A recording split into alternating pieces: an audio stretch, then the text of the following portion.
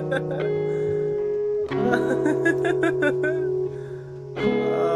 my goodness. Look at it, chat.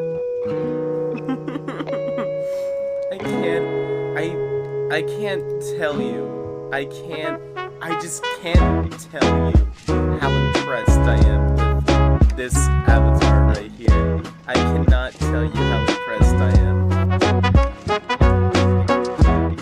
Hold on, chat. I'm getting to it when I fucking can.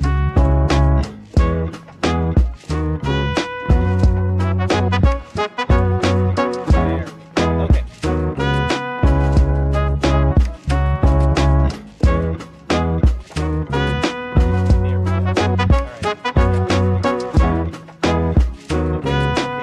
we go.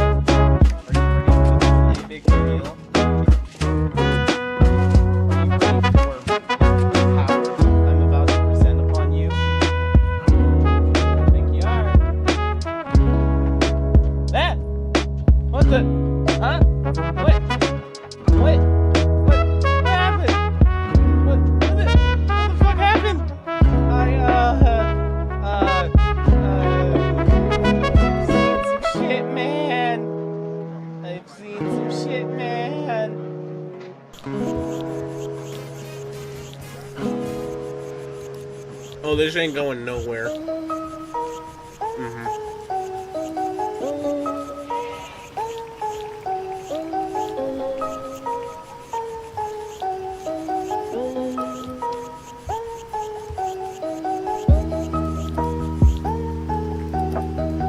Jesus Christ.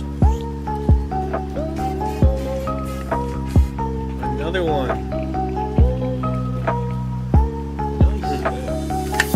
I love how the music was beautifully timed.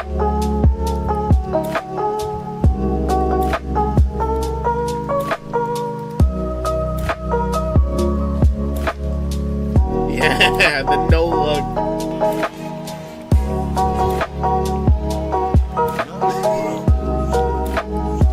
Motherfucker split his nuts.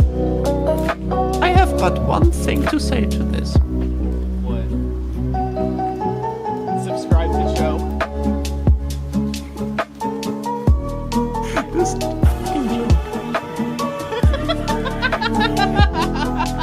Thank you.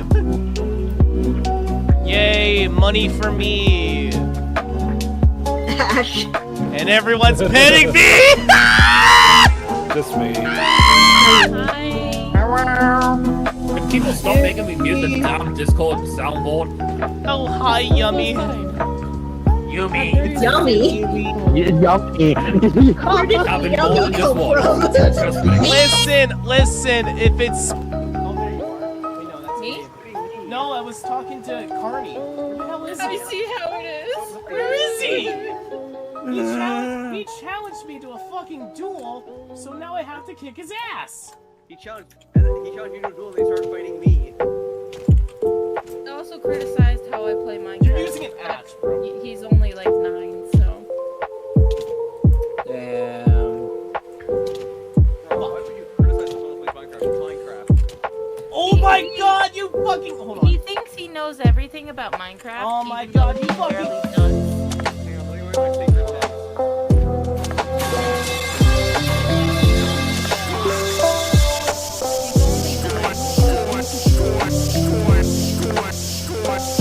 Oh my god. Huh. Thanks for the avenge.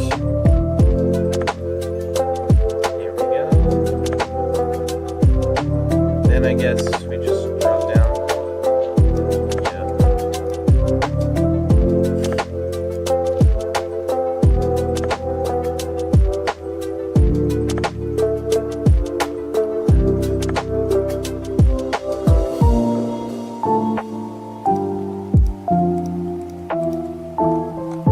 Okay, got some torches. Iron! Let's fuck.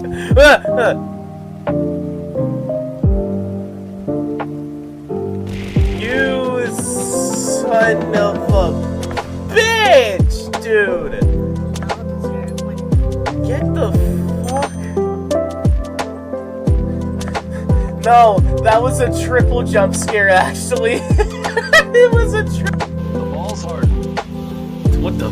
The giant horse cock weighs over 11 pounds.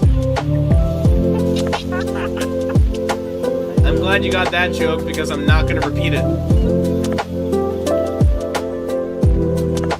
But I will.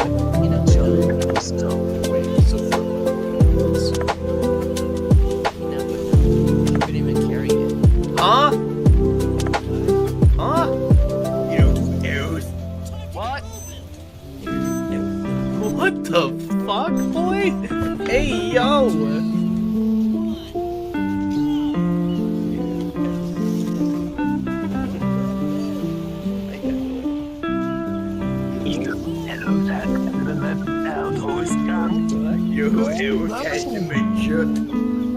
You know who else likes having sex with marshmallows? Barber.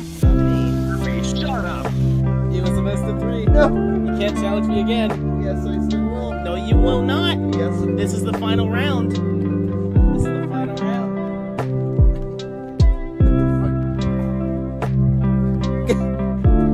Come on. Down for the count already, are you? nope. Down for the count already, are you? Come on. Oh, fly swatter. Fly swatter, fly swatter, fly swatter.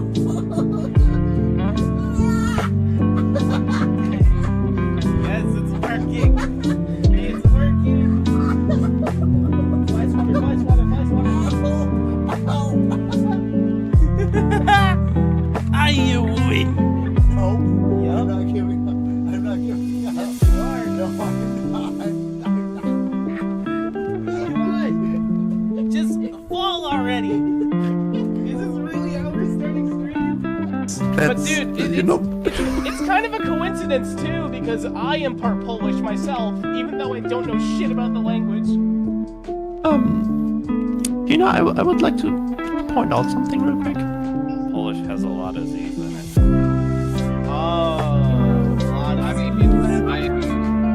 I'm like part Irish. So am I. I'm part Irish, Polish. I won't be surprised if I'm part German. Here, you see, Poland is here. Poland is here. Belgium is over here. Yeah, that's what I said. Oh, West, English, West. German, Dutch. Yeah. Bro.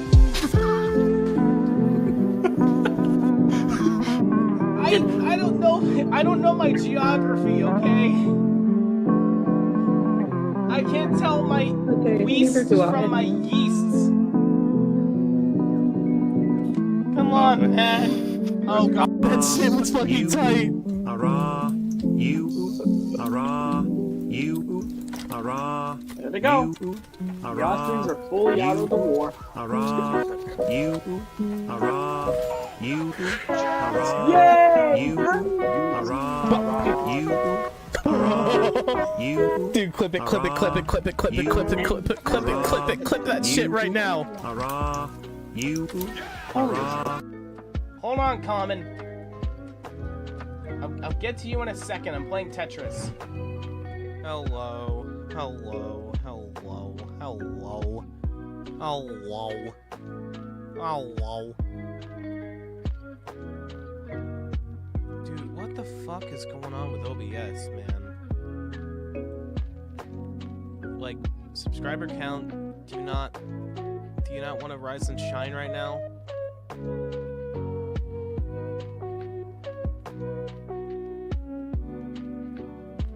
Come on, wakey wakey, we got a stream to do. Nah, whatever, it doesn't matter. How we doing, chat? Well, actually, I can technically see 2 chats. Oh my god, Robin.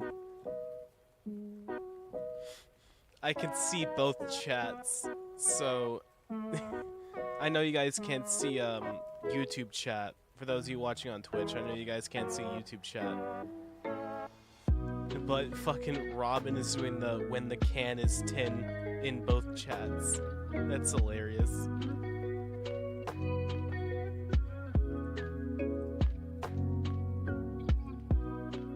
That is absolutely comical, chat. comical, I'd say. Absolute cinema, I might add. But yeah, how we doing? How we doing, chat? Hope we're doing good. I don't know. I haven't determined your prize yet. I don't know what your prize is gonna be, but I'll get back to you when I have an idea.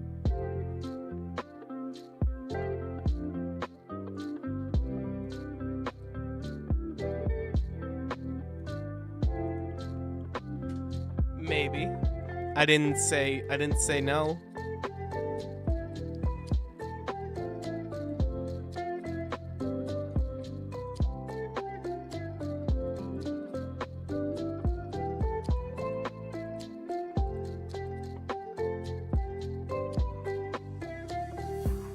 For some reason,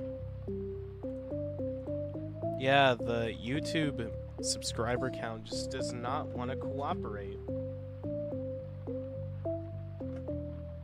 What the fuck?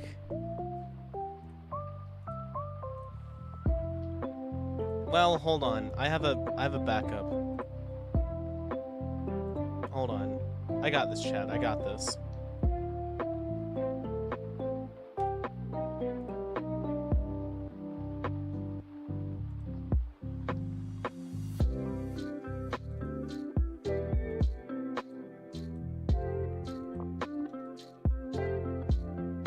Hold on, I got this, chat.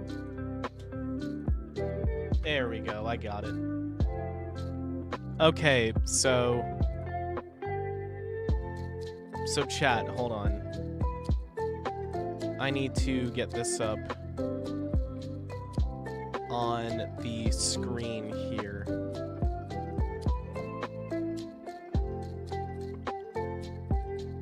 Hold on 1 second.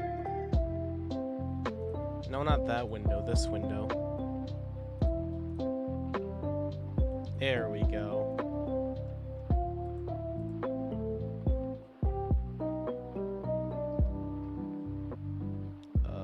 Move to bottom. And then I will shrink it down.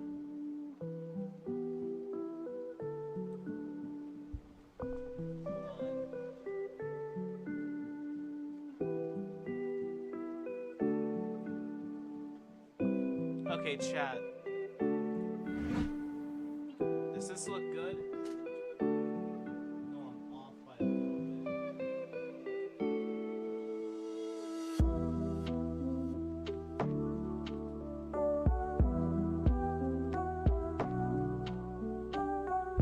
Yeah, chat. Over on YouTube, we did something pretty significant. We did that. We hit the big 40K, guys. I didn't make the announcement in the Discord, which you should definitely you should join our Discord, by the way. We're always active over there. But I want to thank you all from the bottom of my heart for helping the channel get to 40,000. It means a lot. I know I wasn't able to do a proper thank you video for 30,000, but this is technically both subscriber milestones in one stream. I also acknowledge that I also acknowledge that on my community tab I said 40,000 before Halloween, and I'll play a FNAF game. That'll be much later. That'll have to be much later. It'll probably have to be like either tomorrow or even like a few weeks from now, because I'm gonna be super busy with work coming up. I got a new job, so a lot of my energy is gonna have to like be deadlocked on work. But I'll get to the FNAF stream when I can. I just don't know when that's gonna be. It could be tomorrow, it could be like maybe next week, 2 weeks from now. I'll do everything I can to just make that stream happen. But again, thank you for helping the channel get to 40,000. It means a lot to me.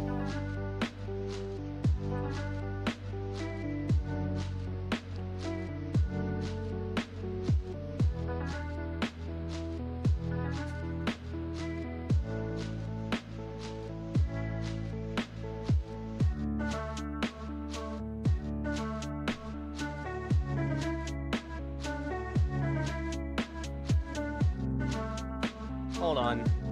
Let me get the game on stream really quickly here.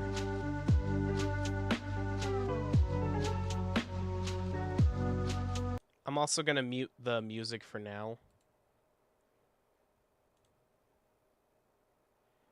I'm also gonna mute the music for now. There we go.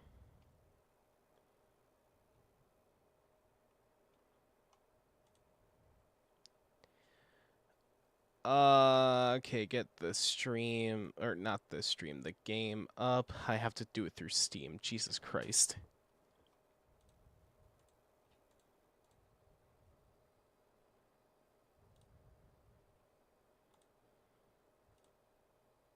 Okay, there we go. Yes, chat. So we're doing solo Ace Attorney. I know, like, I haven't actually made any videos on Ace Attorney on the channel, but I have an entire series of VODs up on Twitch. If you guys are interested in checking those out, me and a couple friends did some voice acting for those games, or those cases. But I figured a good way to celebrate 40,000 is to, well, just play Ace Attorney. Because I've been really loving the game.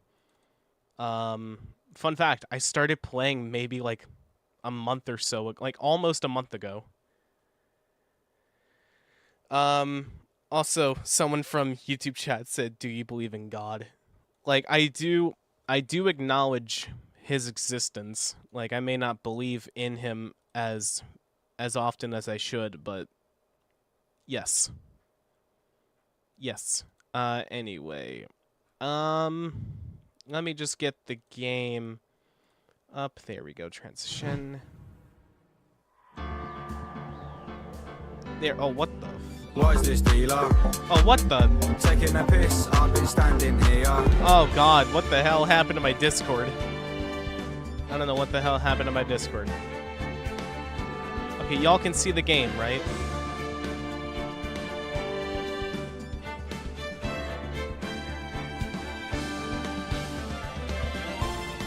Oh. Oh God, not this shit. Arby's. Ah! 2 of those things for just chicken. Oh! Arby's. We have the chicken. It's too real. It's too real.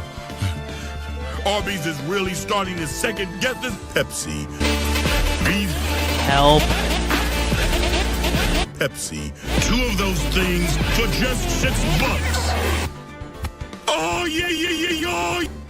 I fucking hate it here, but I love it. If you were gonna go on a rant on saying how there is no physical evidence of God, no, like, I would not. I would not put that on the earth. Anyway. So, we're investigating,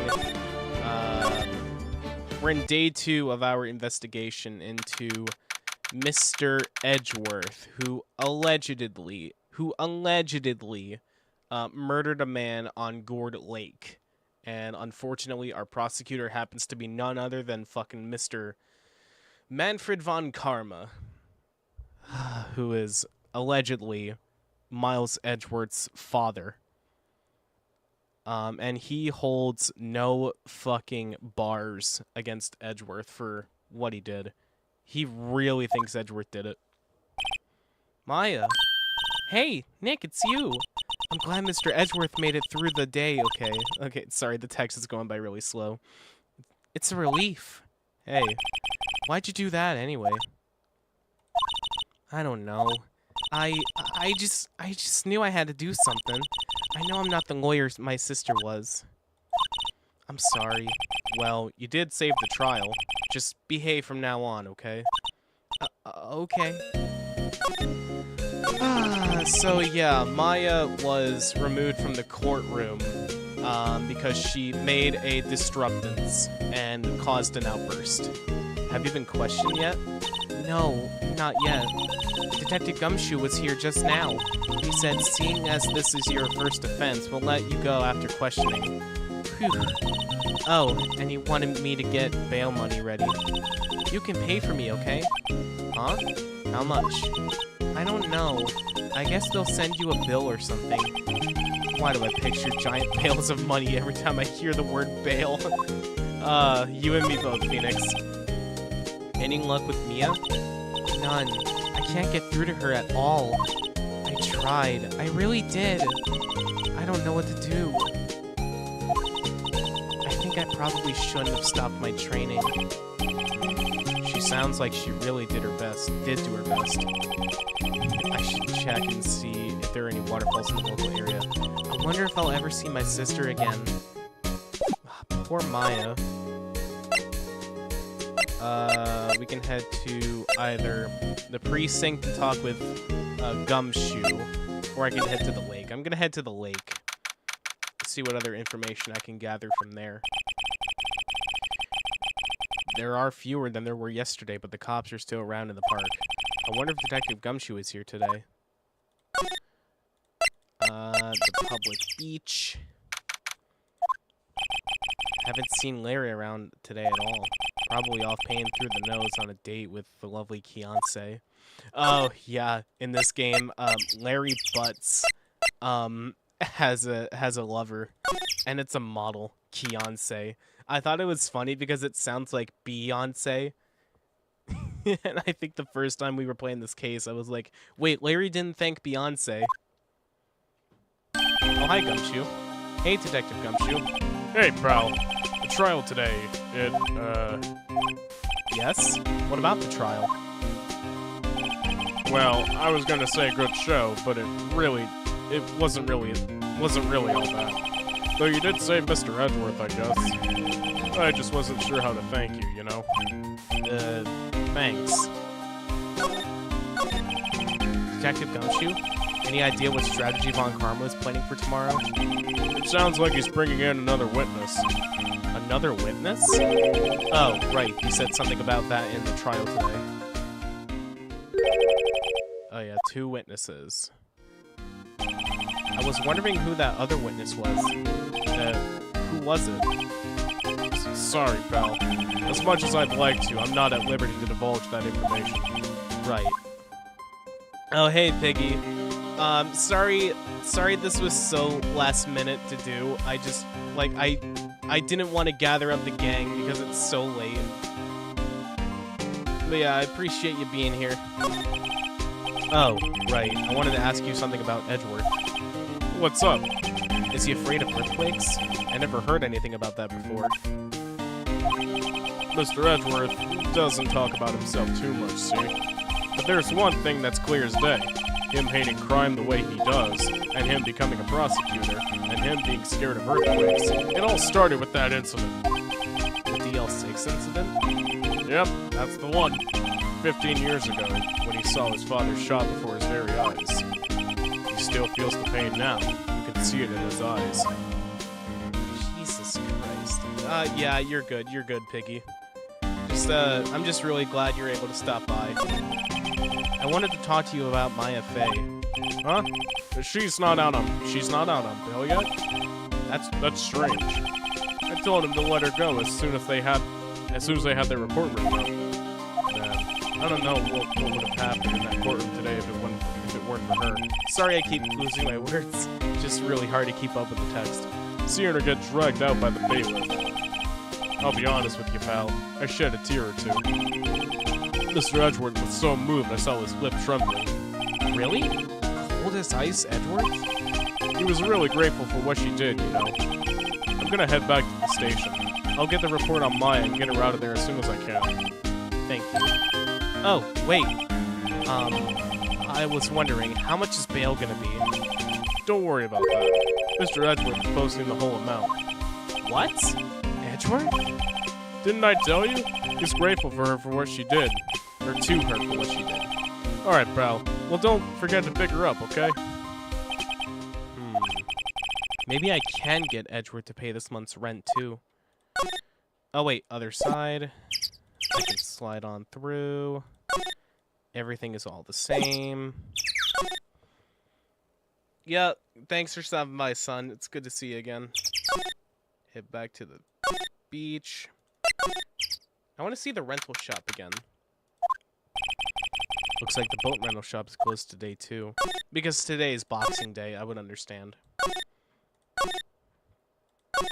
Detention center. I guess I could pick up Maya. Right? Yeah. Hey, Nick. You finally came. They just finished the paperwork. I'm free to go. Free at last, huh? Those interrogators were really mean. They were like, okay, what did you do this time? Like I was some kind of criminal. Can you believe it? Well, they let you out in the end, didn't they? Well, they let you out in the end. Blah, blah, blah, blah. I can't words. Oh, that reminds me. Thanks for bail. Thank Edgeworth. Huh? He posted bail for you. Said he was grateful for what you did. Mr. Edgeworth did that? I have to make it up to him. We've got to win this case, Nick. What do you think we should do next? We're kind of lacking in the clues department. We could go to the park and look for Gordy. I was kidding. Still, if there were any clues out there, the park's as good as a bet as any. What do you say? Should we head down there? Sure. Hold on. Have you noticed anything lately? You know, I did notice one thing while I was here in detention. It's really pretty comfortable here. It's warm and they keep it very clean. I meant, have you noticed anything about the case? Well, not much more than that, no. She's probably still upset about Mia. I should leave her alone. Let's head back to the thing now that we have Maya. What's up, DT? Good to have you on. Good to have you here. There aren't many cops around today, are there? They're probably back at the precinct working up the case against Edgeworth. Oh, hey, y'all! Hey, it's Lotta! Y'all really did it today. What did we do now? Nah, I'm not complaining. See, I did a little thinking, a little self-reflection, you might say. I realized that being a witness is a mighty big responsibility. I just went up there and started blabbling any old thing that came to mind. Lotta. So you see, I want to make it up to y'all. Make it up? What do you mean by that? What did you think of the trial? To be honest, I was doing it half just to say I'd be a witness. Even though I didn't really see anything, I kind of convinced myself I had, though. I'm sorry, I knew I caused y'all a lot of trouble. Well, memory is a tricky, vague little thing. Yeah, I sure know that now. I'll be fine the next time I witness a murder. Right. You mean the first time you witness a murder? What about Gordy? Right. Well, the way I figure the trial's only stoking the flames of Gordy fever. I'll get my exclusive photos and rocket to stardom. All right, Lotta, you go, girl. I wish I could be an investigative, photographer too, sorry. Finish your spirit medium training first. Lotta, what do you mean by making it up to us? Well, you see, actually I got a bit of information for you. What? That Von Karma didn't want me to say nothing about it. What information? Now we're getting to the heart of it. See, I reckon we might be able to do ourselves a little exchange. Exchange? I thought this was to make it up to us. Right. I propose a little exchange to make it up to you. What? Information don't come cheap, my friend. Hey, I see you thinking, my, how unsophisticated these Southern folks are. It's written all over your face. Let me tell you, most Southerners are way more sophisticated than you. I'm just the exception, okay? Well, what do it be? We gonna deal or not? What do we do, Nick? Yeah, take the deal. Fuck it. We need that information. We don't have any other leads, so I don't think we have a choice here. Okay, how much? Huh? You completely off your rocker? I may not be sophisticated, but I'm not trying to rob the poor. Huh? The only fair exchange is information. For information is information. Listen good. What I need from you is information about Gordy. Whoa, whoa, whoa, whoa, whoa. Gordy? But Gordy doesn't... I mean, Gordy might not exist. Then bring me proof that shows he don't. I'll be keeping watch from the car, okay? See something? Y'all come to me first, got it? Okay. Right, see y'all later. Okay, Nick, let's go hunting. Hunting? You don't seriously mean Gordy? I sure do. What about Edgeworth?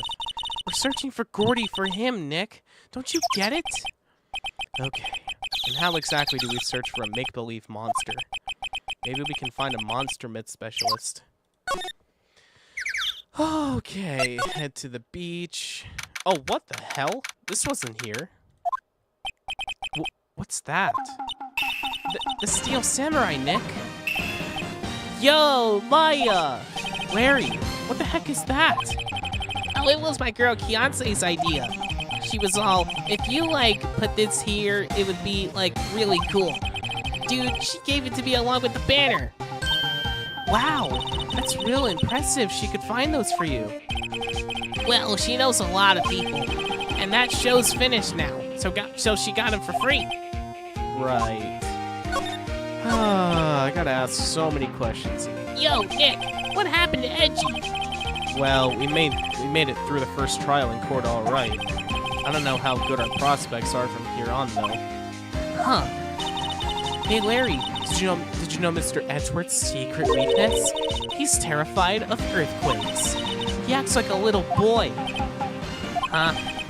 That's weird. I don't think he was ever like that in school. No? Really? Well, we were only in the same class for a little bit. He transferred schools pretty quickly. Transferred? Right, when the DL6 incident happened. Doesn't look like Larry knows about it, though. Hey, Larry, when did you get that big thing? Huh? Oh, the big guy? I've had that for about a month, yeah. It's a big hit with the kids. Why wasn't it there yesterday? Huh? Huh? Oh, right. The compressor was busted. Compressor? Yeah, it's that big unit by my hot dog stand. That's what he used to put air in the Steel Samurai. It broke a little while ago, so I sent it in for repairs. Oh, and here I thought you inflated it by yourself. Oh, man, that's really fucking funny if that were the case. What's up, Toon Slayer?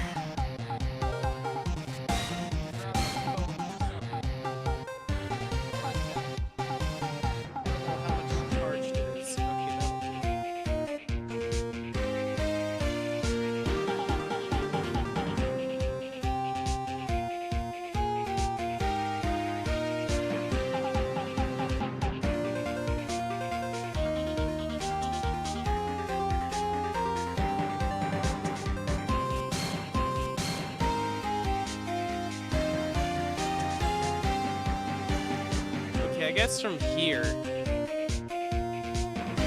Yeah, he does. He does rock it. We should probably head back to the precinct and talk with, what's his face, Gumshoe. Glad you're having fun, Toon Slayer. I also really hope, that you don't mind the multi-stream. Also inflating it by himself reminds me of a video from one of my favorite. What do you mean by that, Piggy? What do you mean by that? Hey there, pal. What's up? You look out of sorts. Wait, you didn't go and do something that's gonna hurt Mr. Edgeworth's case again. What do you mean, again? Whatever. Have a seat, pal. I'm here for you if you need anything. Besides money, that is. How's the investigation proceeding? It's not, really. We have another meeting coming up. We're supposed to talk about Mr. Edgeworth's motive. His motive? See, Mr. Edgeworth's father died in the DL6 incident, and the guy who got the lone suspect declared innocent was the victim in this case, Robert Hammond. There's They're saying that's why Mr. Edgeworth shot him. And Edgeworth never talks about his past. I bet they'll drag that out and hit them with it in court tomorrow, too. Poor Mr. Edgeworth. I gotta admit, it doesn't look good, pal. Say, Detective Gumshoe, do you know Gordy? The monster down in Gourd Lake? Not personally, no. Well, we're looking for it. Huh? Are you out of your minds? Yeek! You got time to go wild monster hunting? How about doing a little questioning for me then? Oh, Detective Gumshoe is scaring me, Nick. Aw, poor Maya. I told Detective Gumshoe about the deal with Lada. Nick, try telling him sooner next time. Sorry. I see, pal. Sorry for shouting at you. Okay, I, Detective Gumshoe, will aid your search for Gordy. Huh? I'll loan you one of our new secret weapons for finding evidence. Really? You can take whichever one you like. Okay, give us the goods. Hold on now. Everything in due time. First, let me show them to you. These are our best and brightest. Introducing secret weapon number 1, Missile. Missile? He's a K9 dog, police dog, still in training. Missile, here boy. Ah, there he is. Look at the cute little lad. Here he is. Hey, he's cute. Look, Nick, cute dog. A cute dog. And this will help us how? Yeah, I did get your vectors, Piggy. Next, secret weapon number 2, a fishing pole. Here, this is my own personal pole. Detective Gumshoe, we're looking for a monster. Yeah. How are we supposed to catch a whole sea monster with a fishing pole? Never know till you try, pal. Yeah. Okay, this next one is the last one. Please, I'm already overwhelmed by our choices. Secret weapon number 3, a metal detector. Here. Detective Gumshoe, we're looking for something alive. Right. How are we supposed to find it with a metal detector? Hey, you never know. It might have been eating soda cans. Well, which will it be? I can't make up my mind, Nick. They all seem so perfect. I can't make up my mind either, for the totally opposite reason. Oh well, I suppose it can't hurt to borrow one of them.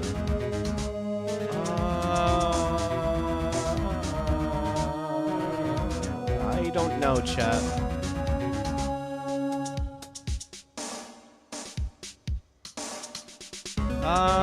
I guess the metal detector? Can we borrow that metal detector? Sure thing, pal. I'm not sure what we're gonna.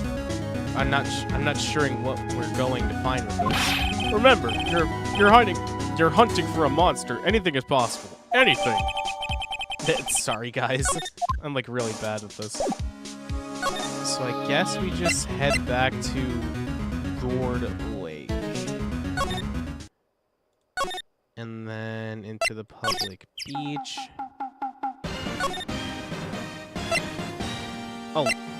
Oh, this... Okay, boat rental shop. Okay. I didn't even think of that. It's always so quiet here. I wonder if the boat shop is closed for good. Well, with the murder on the lake and all, they're probably just taking a vacation till it blows over. I get it.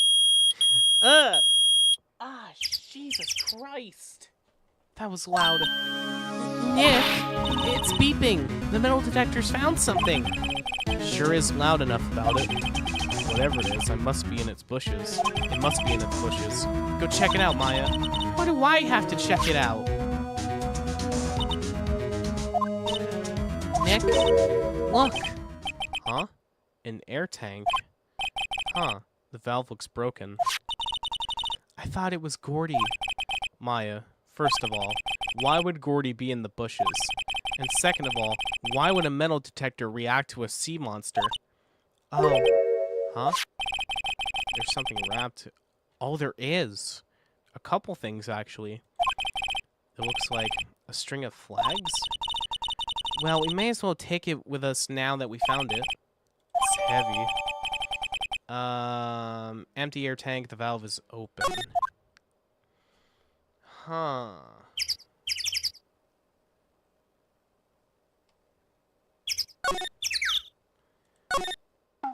I'm guessing Larry has something to do with this. Hey, yo, Larry. You know anything about this? What? In our tank? What about it? Larry, I wanted to ask you about this tank.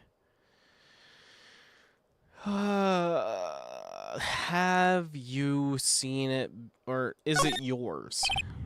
Say, is this air tank yours? Why would I have a thing like that?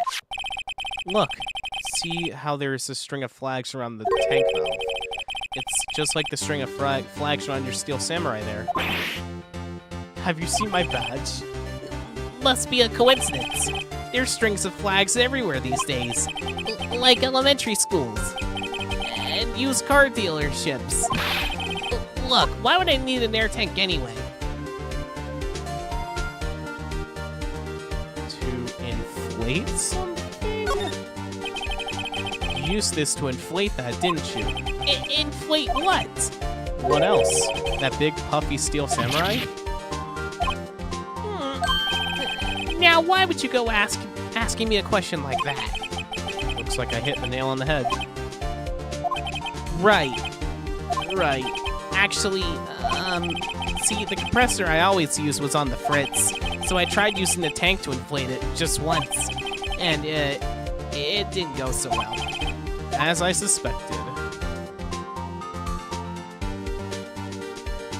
I should ask more about it. It didn't go so well? Yeah. Do you think you could be a little more specific? Come on. Look, it's embarrassing, so I really don't want to talk about it. Tell us. Fine. Whatever. It's like I said, the compressor was busted. So I took the tank and tried to fill the Samurai up with that. And then...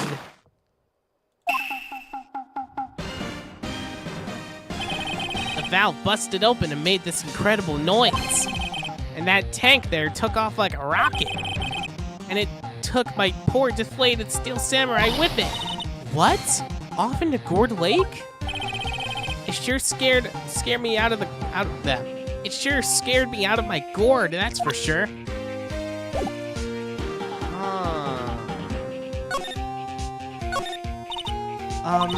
So the tank and the Steel Samurai you were trying to fill up flew away. What happened next? Well, all that happened on the 20th or so. 20th? A week ago. Now, as far as I could see, the tank went flying out into the lake. I went out every night in a boat searching for it. I mean, Kianse gave me that Steel Samurai after all. And when did you find it? Or when did you find it, yeah? Just the night before last. It flew way out there. Took me 4 whole days to find it. The night before last was the night of the murder. Sorry for not telling you, Nick. Actually, I was here on the night of the murder. But, you see, I went home before midnight. So you didn't know about what happened? No. That's too bad. It's not all bad. We've solved one mystery, at least. A mystery? Maybe we should tell her. Maybe we should go tell her. Oh, Lada. Ah, shit, badge. My bad. I accidentally presented my badge. Back to the woods I go. Here I come, Lada. What's up, Andy? Good to see you. Oh, there she is. Hey, y'all. Well, y'all find anything about Gory? No, nothing. Well, keep moving. It gets cold out here at nighttime. It's a little chilly. It is a little chilly. I think I have to sneeze. Whoa, no you don't. No sneezing. Achoo! Jesus Christ, that camera.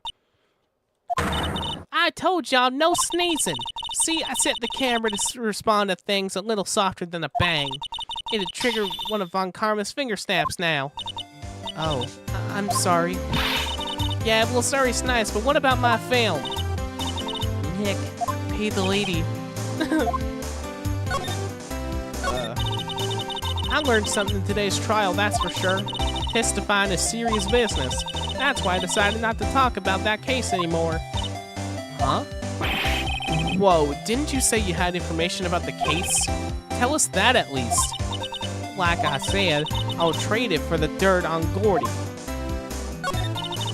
Well, Mr. Lawyer, I've got the info y'all need. Y'all got the scoop on Gordy for me yet?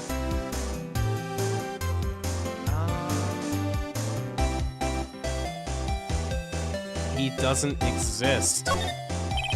Lada, there is no such thing as Gordy. What? How can y'all be so sure? Really, Nick? Y'all got some proof Gordy doesn't exist? The proof Gordy doesn't exist. I think I have it on me, yeah. Of course I have proof. No lawyer worth his badge would make a claim without the proof to back it up. Here's proof that Gordy doesn't exist. It was this. Take that! Larry's air tank? What are y'all doing with an air tank? This is Gordy. Excuse me? What exactly are you saying, Nick? There's a stand near here, a hot dog stand. There's a giant inflatable samurai doll there. About a week ago, an idiot who happens to be a friend of mine tried to fill it.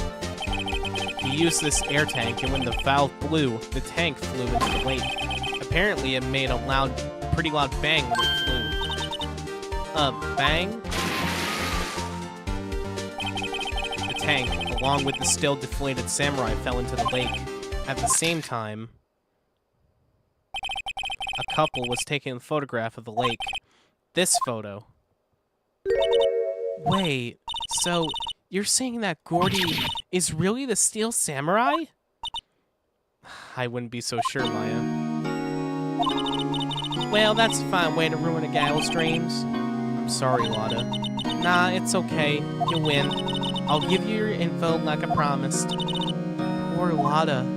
Okay, so tell us this information you have. A promise is a promise, I guess. I overheard the cops around here saying something about the witness tomorrow. He said he's the caretaker of the boat rental place up the path here. Boat rental? There's someone there? I mean, it looks so deserted. Just an old guy living all by himself. Y'all should go check it out. Thanks, Lada. We will. Let's get cracking, Nick. Hold on. Something else? Yeah, the night of the murder. My camera clicked twice, you know? Wait, so you have another photo? Well, yeah, but there's nothing in it at all. Just the lake. I figured it wouldn't be much use as evidence, so I kept it to myself. Well, it might not be helpful at all, but here, take it. Shot taken 12:24 at 11:50. Bye now. Y'all take care. Time for me to pack up and leave. I feel bad for Lada as well, chat. Poor Lada. It's all Larry's fault. The legend still lives on, I guess. The legend? Yeah, the legend of Larry, familiar to all who know him for any length of time. When something smells, it's usually the butts. Someone should whip that butts into shape. God, I would definitely be willing to do that. Give him a piece of my mind. Ah, mouse. Okay, back to the boat rental shop. Hey, Nick. This is the boat shop that Lada was talking about. You're right. Doesn't seem to be anyone around at all. Well, let's go check it out anyway. Oh, what the? Ooh, there's a shack? And the caretaker has a fucking parrot, too. Meg, that you? Hey, is that Keith with you? Where have you two been? I've been worried sick. Nick, you handle this. I think I'll leave this one up to you, Maya. Meg! Yes? Finally made up your mind, have you? My mind? You'll run the pasta shop when I'm gone. Pasta? Glad to hear it. Glad to hear it. You make your old man proud. When you kids left the house, I didn't know what to think. How am I supposed to keep this place running, an old man like me? Polly, the kids are home. Ow, ow, ow, ow. Nick, what was that? A parrot, the one on the perch. Keith! Yes? I'll leave the wet noodle in your capable hands, Sonny. Nick, What's the wet noodle? Based on the available evidence, I'd say it's the name of his pasta shop. That's a relief, isn't it, Polly? ow, ow, ow, ow. Hey, yup. So, yup, he's fallen asleep. He fell asleep. I guess he's relieved. I don't know. I guess I have to talk to him. A pasta shop? Hey, yup. You think the wet noodle will live on when I'm gone? My father started it, you know. So that makes you the third generation. Nick? Yes? Tomorrow we'll start with the secrets of dough tossing. Dough tossing? You too, Keith. Yes? You'll be the best pasta wrangler the West has ever seen. Pasta wrangler? The West? Isn't pasta from Italy? Meg! Yes? You know the best pasta's always been made west of the Rockies, don't you? Right, of course. Everybody knows that. Nick? Huh? How long do we have to keep this all in the family charade? This old man must know something about the murder. We're not leaving until we find out what that is.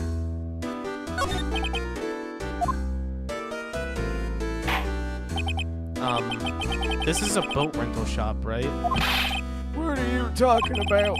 This here's the Palace of Pasta, the wet noodle. Though, now that you mention it, we haven't gotten many orders for spaghetti lately. All the kids come up and say, "Yo, dude, we want to ride in one of your boats." That's why I keep them boats out here. Youngsters these days, darned if I understand them. I'm pretty confused myself. Nick, this isn't going anywhere. But this old man is the witness tomorrow, right? We've got to find some way of getting information out of him.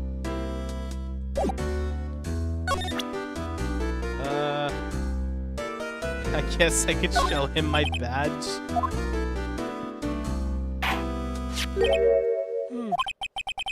That a lawyer's badge? Yes, it is. I don't believe it. This old guy is the first person to recognize my badge. I get it. Huh? Hey, yep. I got you figured out now. You're not Keith. Nick, now's our chance to clear things up. Sir? No, I'm not Keith. And I'm not Meg either. We're here investigating a murder that took place on this lake the other night. Please, help us. A lawyer, huh? Please, mister. Alright, I'll help. But on one condition. What's that? When this case is over and done, you'll run the wet noodle. Yeah, I guess. Okay, we promise. Nick, are you sure about this? Hey, anything to get this case solved. Also, who wouldn't want to eat Phoenix noodles? I guess so. That's my boy. Good for you, Keith. Wait, didn't I just say... You too, Meg. Yes? You bring a tear to your old man's eye, you know. Now, what was that you wanted to know? Speak up, Polly. Hello, hello. Now he's talking to the bird again. How do we get him to talk to us? I guess I should show him a photo. Lake photo, yeah. Hey, yep, I've seen that. You know something about this, sir? Keith? Yes? It's okay. You can call me Dad. Dad? You know something about this? Hey, yep. The other day, out on the lake. Yes? Yes? I know all about that. Seen it. What? Tell us what you saw. Well, I suppose, since you're taking over the shop and all. Oh, God, I need to get more. Hold on, yeah, hold on. I forgot the time, but it was pretty dark outside. Probably 9, yep. It was after midnight, but okay. Then I heard this bang, so I looked outside. Then I heard another one, bang.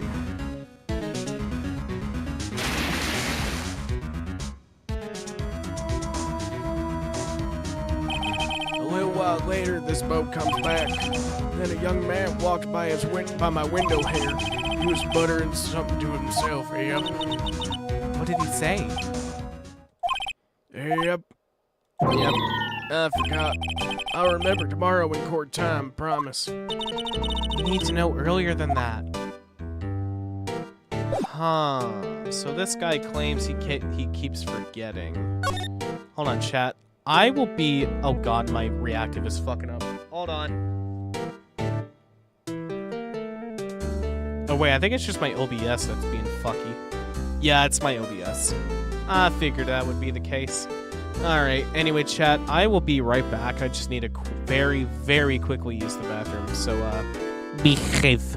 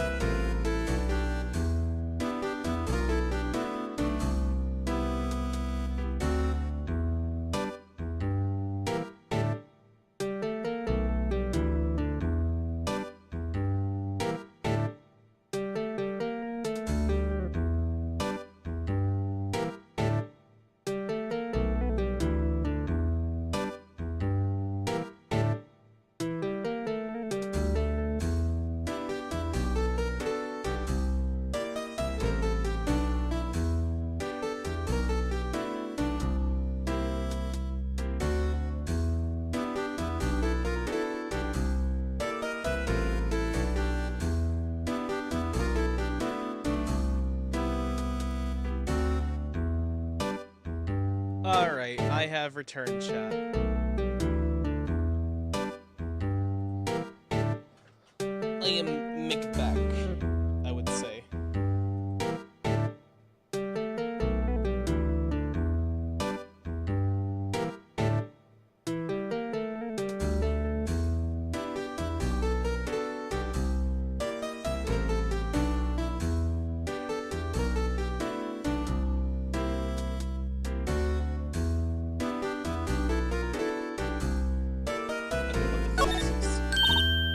Wow, what an amazing parrot that is.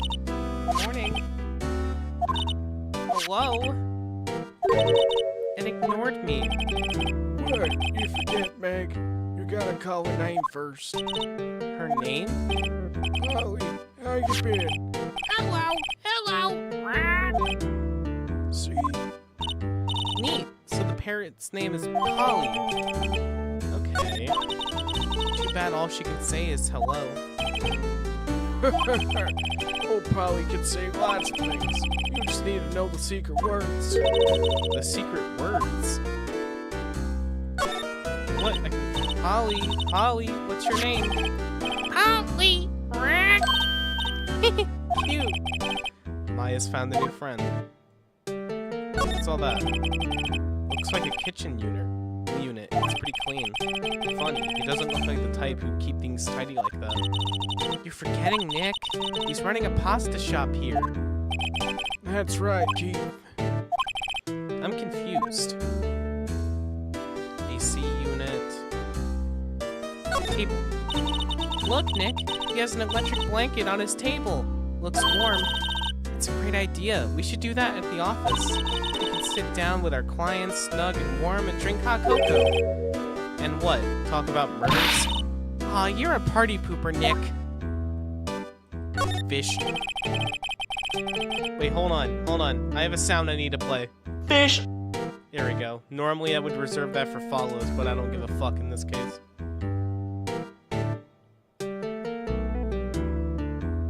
Wow, there are lots of various fish in Gourd Lake, aren't there?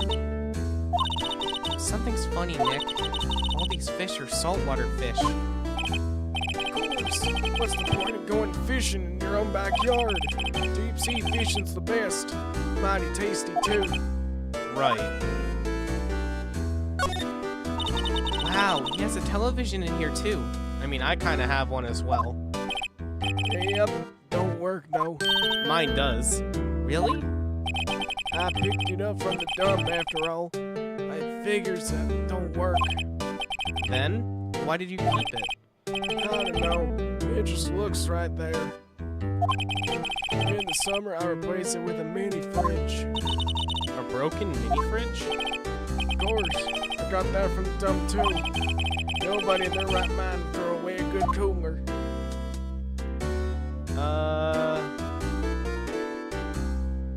Oh, fishing rod. This fishing pole looks expensive. Fishing's all about having the right equipment. How are you supposed to catch anything with a 2-cent rod? That's what I'd like to ask Detective Gumshoe.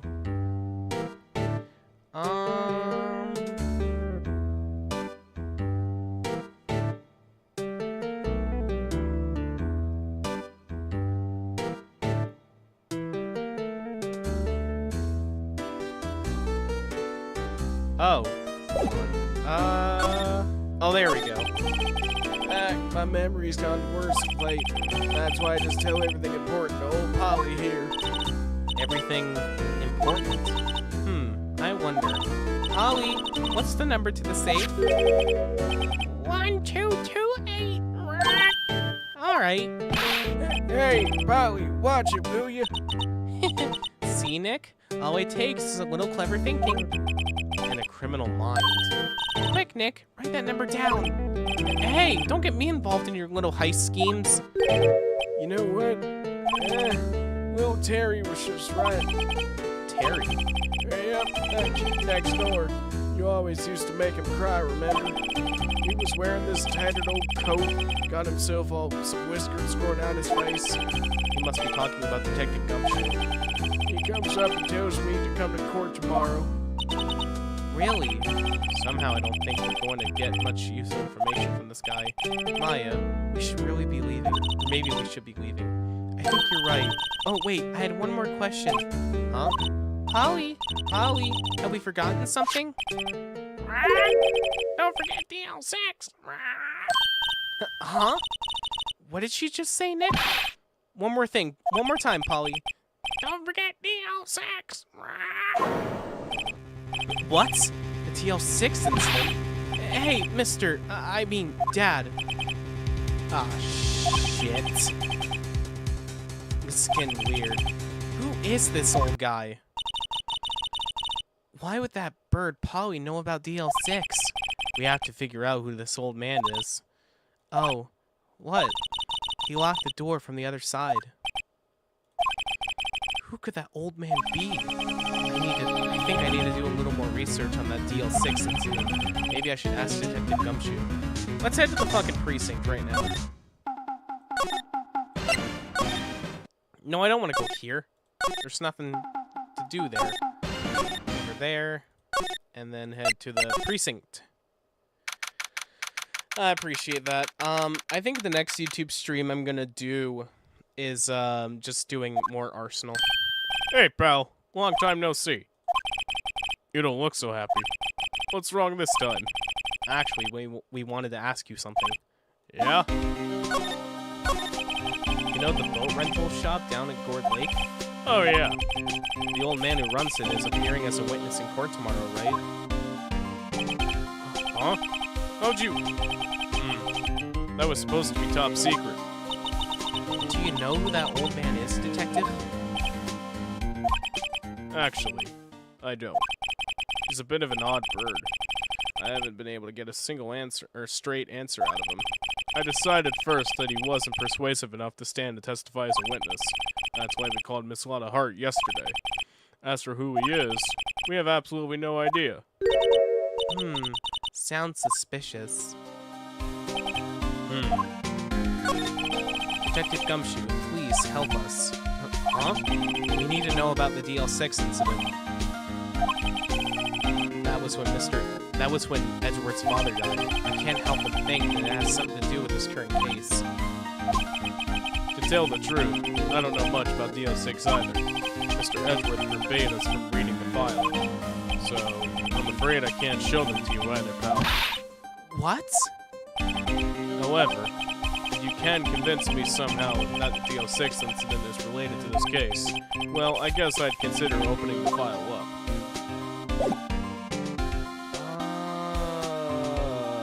I have a feeling it does. The parrot I want to present first. What's that?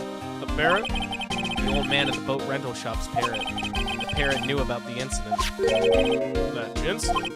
DL6. What? Oh, yeah. Don't forget DL6. I'm pretty sure that old man must have taught her that word. Yeah, but how would that old man know about the DL6 incident? Wait, what if that old man was connected to DL6? Nick, you think he might be? I get you. Sounds like you need information on the DL6 incident. Through there is the station's records room. I'll give you special permission to go in and find what you need. All right, way to go, Detective Gumshoe. Okay, Nick, to the records room. I guess it's time we faced Edgeworth's past. Ooh, records room. Oh, shit. Okay, there's a lot here. Wow, it's amazingly dusty. 10 years of files and 10 years of dust, I guess. Let's find that DL6 stuff, quick. 15 years ago, me and Edgeworth were 9 years old. We were almost through with 4th grade when he suddenly transferred because of DL6. Nick, I found out where the file is. Oh, thanks. Just let me know what you want to know about that DL6 incident. I'll go get the right file. Well, first I have to get a handle on the main facts, like a summary. Right. Summary. Found it! Here you go.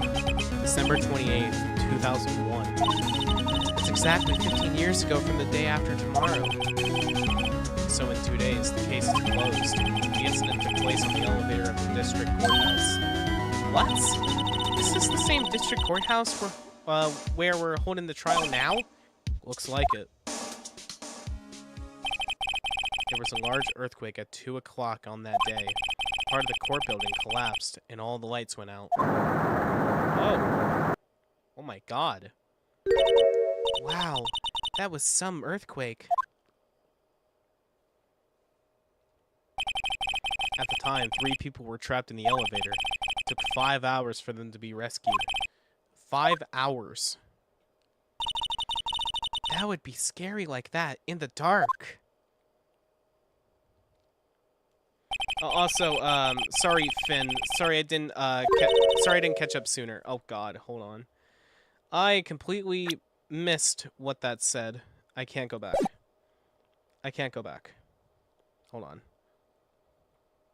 Hold on, what was it supposed to say? There was a lack of oxygen in the elevator, and the survivors were unconscious. The survivors? One of the 3 in the elevator had been shot in the heart. That was Mr. Edgeworth's father, wasn't it? That was Mr. Edgeworth's father, wasn't it? He said that his father was shot before his very eyes, so Miles Edgeworth was one of the other passengers in that elevator. Do you have any data on the victim, Edgeworth's father? Yeah, hold on. Victim. Here, found it. Gregory Edgeworth, 35, defense attorney. If he were still alive, he'd be 50. He had lost that day's case in court and got in the elevator with his son, Miles. Miles? Miles Edgeworth, of course. So he was in the elevator with his father. I know about this incident, I just haven't had any light shed on it until now. From the angle of the bullet and other evidence, it could not have been a suicide. The murder weapon, the pistol, was found in the elevator. The pistol had been fired 2 times. Where have I heard that before? Huh. Sounds just like this current case. What's going on here? And suspect data. Got any data on the suspect in there? That would be the guy that my mom got arrested. Hold on. This is it. The man arrested as a suspect in DL6 was Yanni Yogi. He was a clerk in the court, apparently. So he must have been the 3rd person in the elevator. Well, then he had to have done it. But he was found innocent, thanks to his defense lawyer, Robert Hammond. Hammond, the victim in our case. Right. The suspect, Mr. Yogi, was oxygen deprived, so much so he had brain damage. He lost all memory of being in the elevator. After he was declared innocent, he disappeared. Where could Yogi have gone to, I wonder? He may be closer than we think. I guess I know generally what happened to DL6 now. I still don't know what sort of impact the whole thing had on Edgeworth. Nick, are we going to take the whole file? There's too much. We'll never get it out. You're right. How about we just take what we think we'll need? Okay, there's the case file. DL6. Right. That's probably all we'll be able to find here. Now all that's left is the trial tomorrow. I wonder how Dad will do testifying in court. So this is really interesting because the dude in the boat rental shop seemed like a normal guy until we find out that he's a suspect in the DL6 incident, which is 15 years ago, might I add. So in 2 days, the case is closed, but I have a feeling we can get through the trial pretty quickly.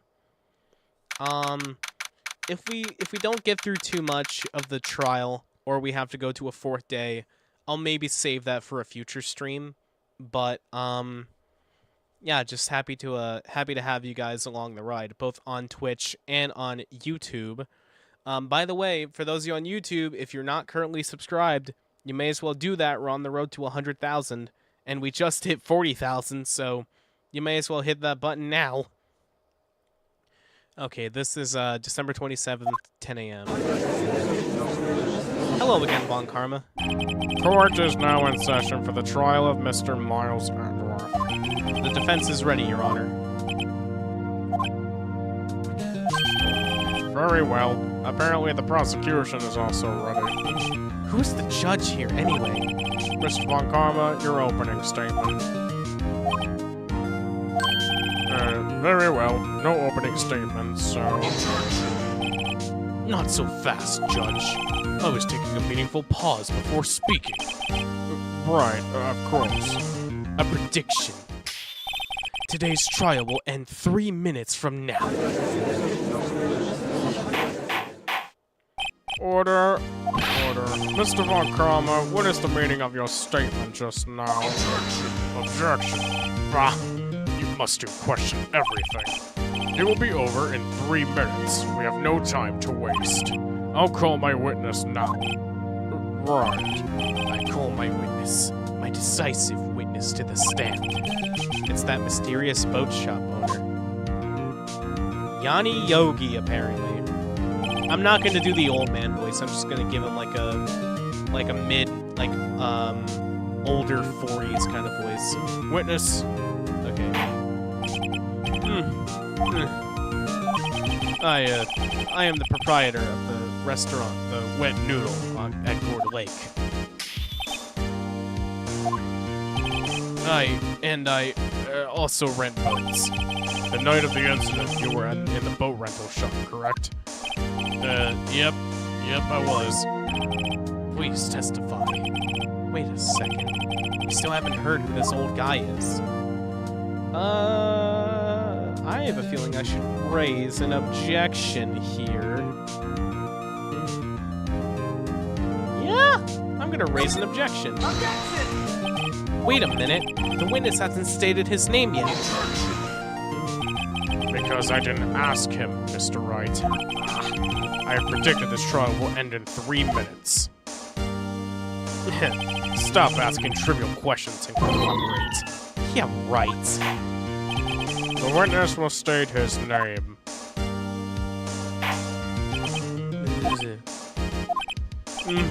Well, I'm not really sure. Yep. What do you mean? My, memory. Your Honor, the defense does not remember, or the witness does not remember anything beyond the last several years. Ergo, he cannot recall his own name. You can't recall, you're sorry. Yes, but the incident in question took place 3 days ago. He can testify. Very well. Let's hear this testimony then, shall we? Witness? Okay.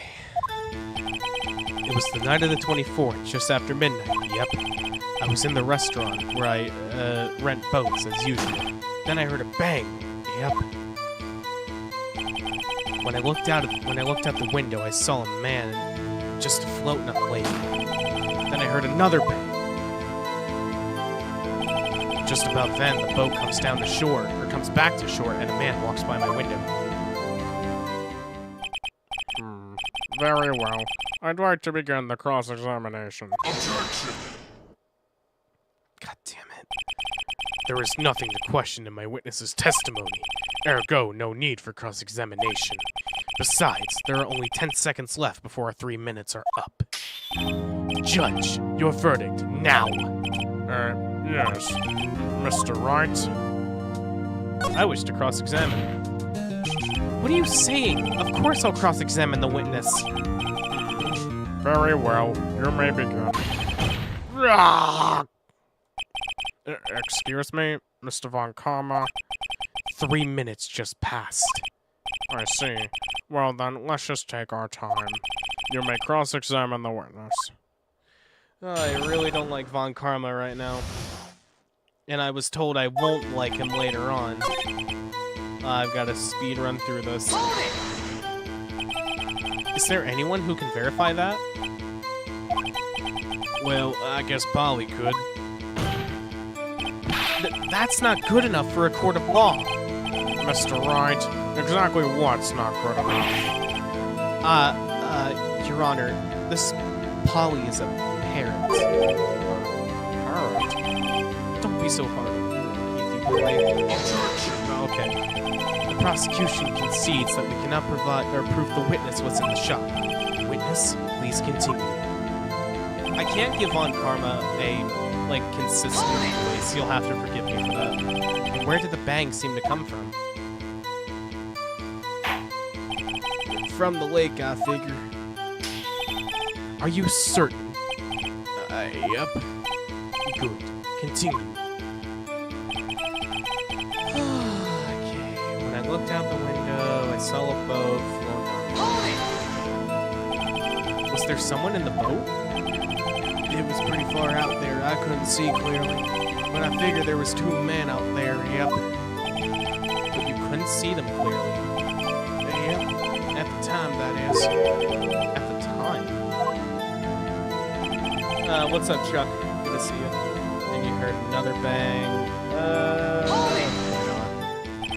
So you heard 2 gunshots total? Yep. That's what Lana said in her testimony yesterday. I should probably... Yeah, I'll question this one. By your window? Yep, by my window. Right outside the window of my little shack. And, could you see the man's face? Well, the fog was pretty darn thick, but he was right there in front of me. I saw him. This is a rather important detail. Please add it to your testimony. And he's asleep. Tisk, tisk, tisk. I have a bad feeling about this.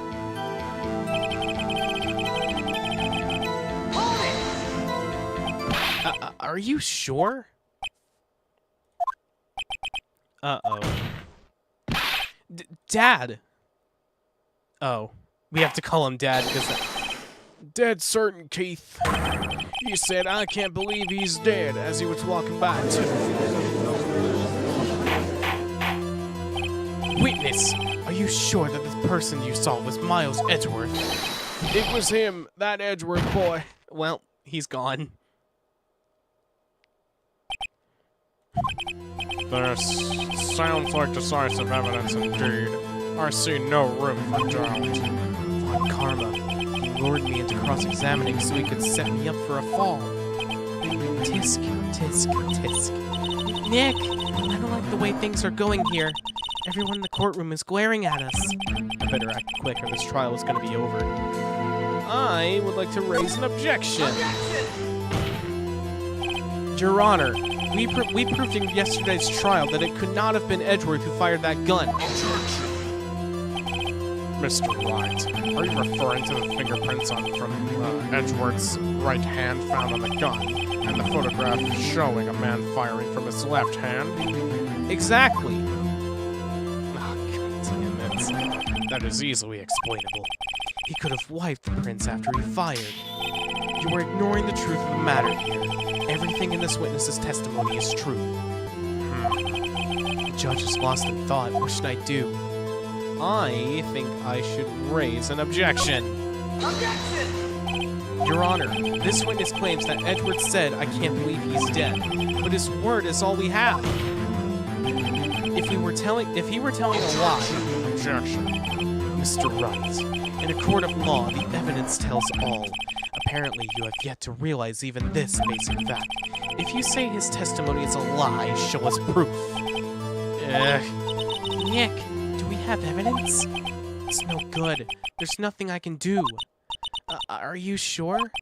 To be honest, I don't know what to do anymore. Please, can you hear me, sis? Please, we need your help. Nick needs you. Tisk, tisk, tisk. 3 minutes was perhaps too high in expectation. However, 15 minutes isn't bad. This must be a new record. Enough. The witness may leave the stand. He was already asleep, Your Honor. This court seems no reason to further prolong the trial, nor is there any need for more time to decide the case against the defendant.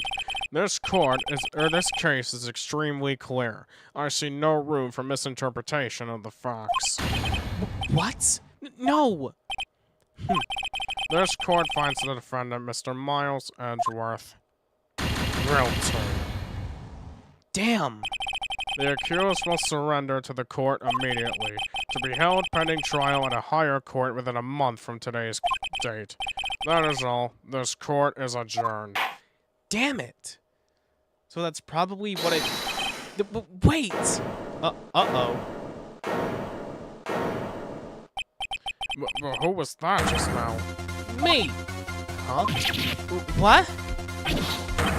Larry! What are you doing here? Listen, you gotta listen to me. I was there in the park the night of the murder. I wasn't sure about it until just yesterday, but today I remembered it. Remembered what? The gunshot, stupid! I heard it too! Objection. What is the meaning of this? The verdict has been decided. I call for adjournment. One moment, Mr. Von Karma. So you say you heard a gunshot? Yeah, I did. A gunshot that night. I was sitting here in the audience listening to the testimony. Then I realized something he said was different from what I remembered. Anyhow, I can't just sit here and let you call Edgy a murderer. It's just not right. I'll testify. Let me testify. Oh god,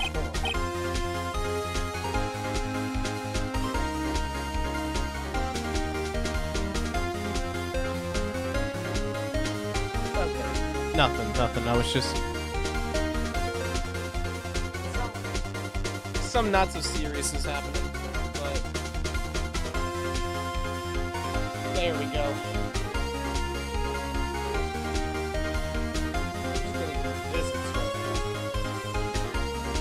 Order. Well, this is the first time something has happened like this in my court. I'm not quite sure how to proceed.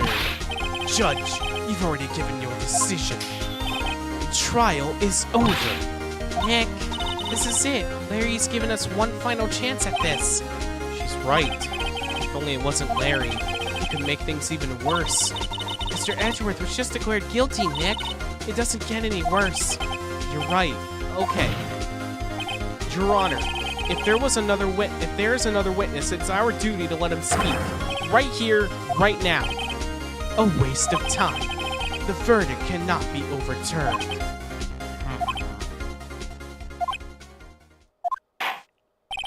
Allow me to speak my opinion. In all court proceedings, it is our duty to prevent an inaccurate verdict. In order to make sure no mistake has been made, every witness should be heard. What is this? I withdraw my previous verdict of guilty. Mr. Von Karma, I order you to call this new witness to testify. Now! What? The court will adjourn for a 5-minute recess. After that, we will hear this new witness. Court is adjourned. Holy shit, this went from 0 to 100. Or wait, no, it went from 100 to 1,000 rather quickly. Whew. That was too close. Sorry to keep you on the edge of your seat like that, Edgeworth. I've seen worse. Yeah, right, Edgeworth. You're sweating bullets. I just wonder what Larry plans to say in there. Larry was at the lake that night. Yes. He said he went looking for the Steel Samurai balloon that flew into the lake. Oh, right. And he found the balloon in the air tank that night? Yeah. Hey, Edgeworth. Huh? You say something right? Yeah, a lot of things. You seem out of it. What's wrong? It's nothing. Mr. Edgeworth, there's something I've been meaning to ask you. What's that? Why are your fingerprints on the murder weapon? Oh. Oh, God. When he fell into the lake, I went into a daze. I couldn't understand what had happened. I couldn't think straight. Then I saw the pistol lying on the floor of the boat in front of me. I picked it up without thinking. I didn't have a reason, really. I see. Right? Yeah? This might be our chance. Our chance? Von Karma has only ever run perfect trials. Perfect trials? perfectly prepared witnesses, perfectly complete evidence. That's the secret to his success. This is the first time he's ever had to deal with something unexpected.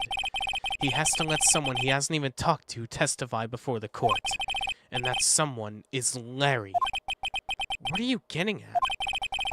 It's likely his testimony will be full of holes, right? That's right, Nick. No 10-minute trial this time. We'll milk this one for all it's worth. Hey, it was 15 minutes. 15! Everything's on Larry now. Oh my god, so Larry decided to come in clutch at the last minute, but I am really scared. Court is now back in session. Witness, please testify to the court about everything that you saw on the night of December 24th. Right, leave it to me. Please, Larry, don't mess this one up. I hate to admit it, but you're our last chance.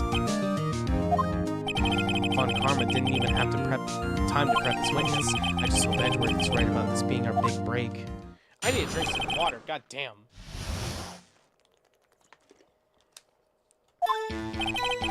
That night, I was out in a boat on the lake.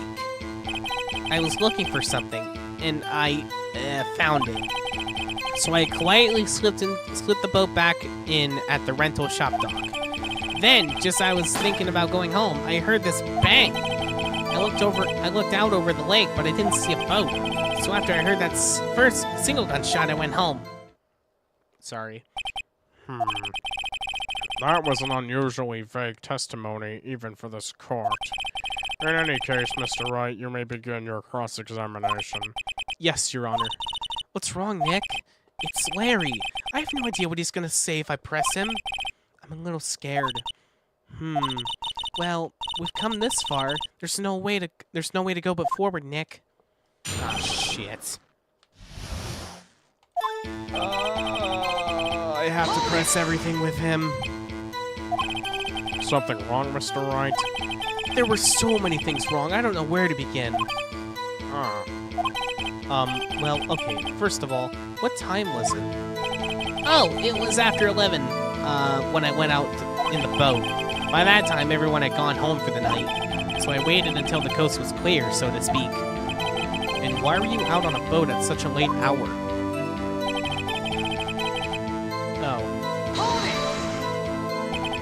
Looking for something? Yeah. Mr. Botts, what was it you were searching for? Objection. What the witness was searching for is irrelevant. Most likely he was hunting for this Gordy. That's surprisingly close to the truth in a sense. This is all irrelevant. Let's get it over with. I'm just trying to figure out what I can press and not press. I'll press this one.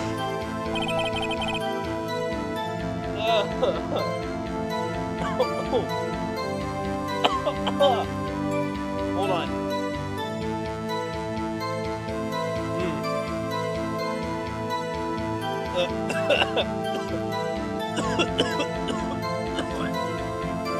Is it? Oh, I think I got it.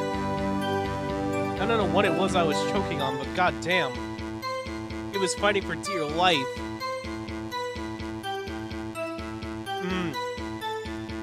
Oh my god, I had a burger before I started stream.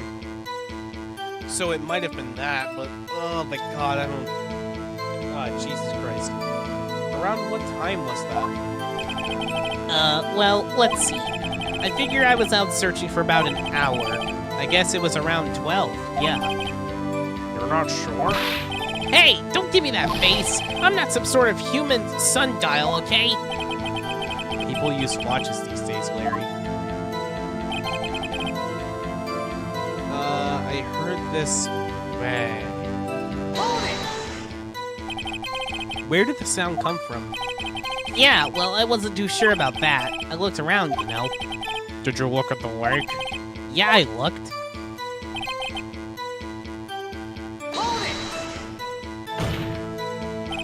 Wasn't there a boat on the lake? Order. Well, Mr. Botts, Whoa, everybody just calm down, okay? I mean, it was real foggy that night. I'm not sure whether it was a boat out there or not. Oh, okay, no problem. That's just the most important part of this case.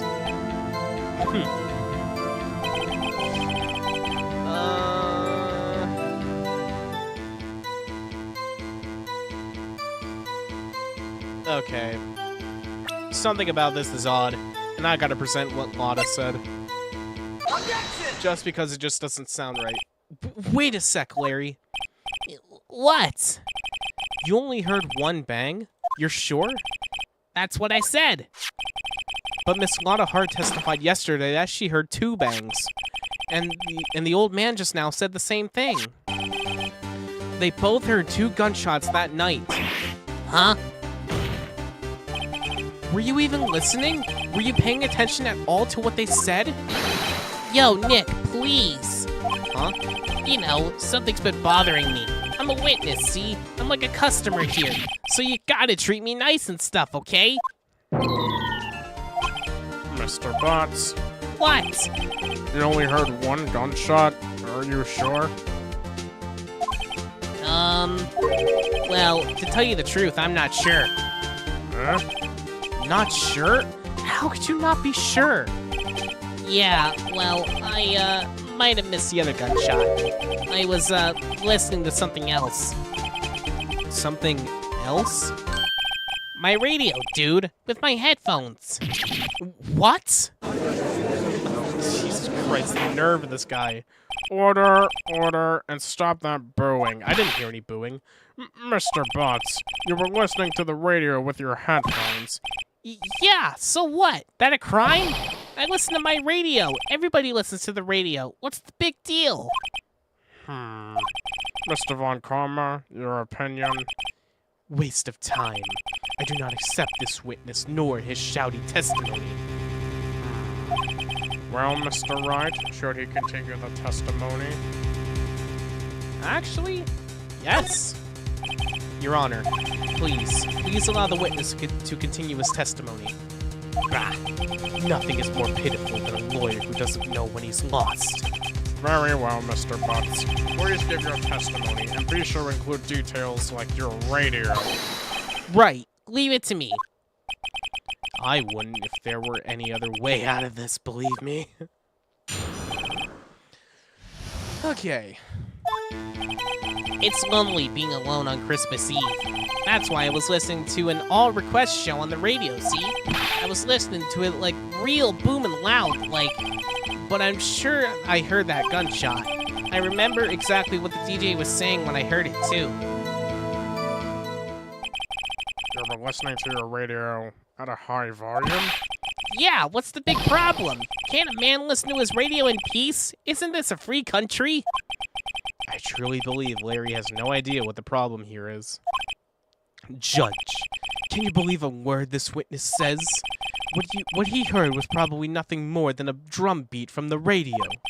True enough, it is difficult to believe this testimony. Oh. Wait, Your Honor.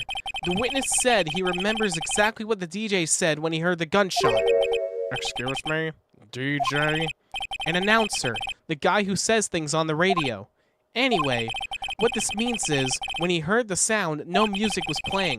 The DJ only talks between songs, so he could have heard the gunshot from the lake. I'd like to cross-examine the witness, Your Honor. Very well, Mr. Wright. I can't believe I'm continuing this charade.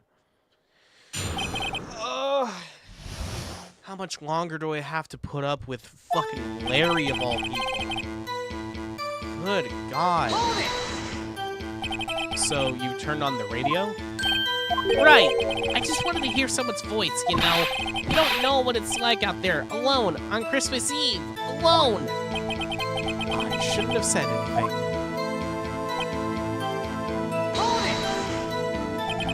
Do you by any chance remember the name of the program you were listening to?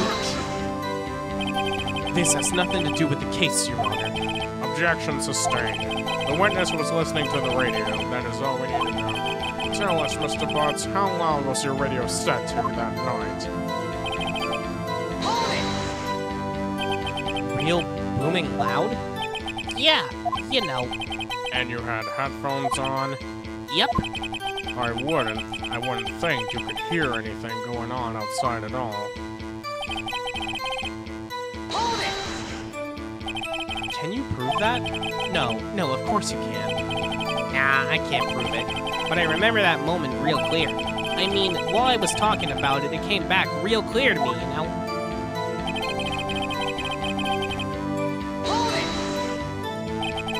What did she say? Mr. Wright, please cease these pointless questions. What possible good could knowing what a radio DJ said do us? Indeed, sorry about that. Indeed, Mr. Von Karma has a point. I'll allow the question only if you see some reason why we should care. We should care. We should care, Your Honor. Of course we should. Why? Well, how do we know if we don't ask? Fine, very well. Mr. Potts, please testify to the court. What was the radio announcer saying when you heard the gunshot? Just when she said, hey, it's almost Christmas, I heard the gunshot.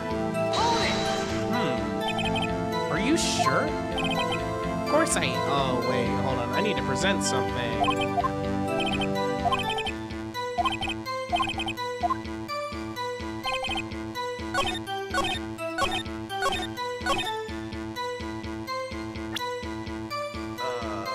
It's Lotta again! I can't believe I'm doing this.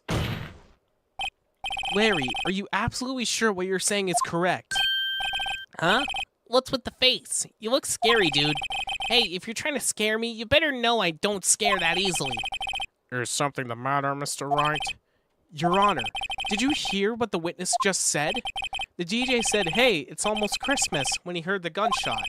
Indeed. And? Almost Christmas means it wasn't Christmas. Do you realize what this means? When he heard the gunshot, it was still Christmas Eve. That would seem to be the case, yes. But that contradicts the two testimonies we have heard so far, Your Honor. Both Miss Hart and the old man said it was after midnight when they heard the shots. In other words, when they heard the gunshots, it was already Christmas. This is a clear contradiction, Your Honor. Order! What does this mean? The two prior witnesses heard gunshots after midnight. However, this witness says he heard a gunshot before midnight. Judge, the answer is simple. The current witness is plainly mistaken. Just look at him. Suspicious. What? Well, Mr. Wright, what do you think about Mr. Butt's claim he heard the gunshot before midnight? I have a feeling he is right. Larry's not mistaken, Your Honor. He heard the gunshot before midnight. Intriguing. I'm assuming you have evidence for this wild claim? Show me evidence there was a gunshot before midnight. Show me evidence there was a gunshot before midnight. Had to be the photo. Has to be the photo, I would imagine.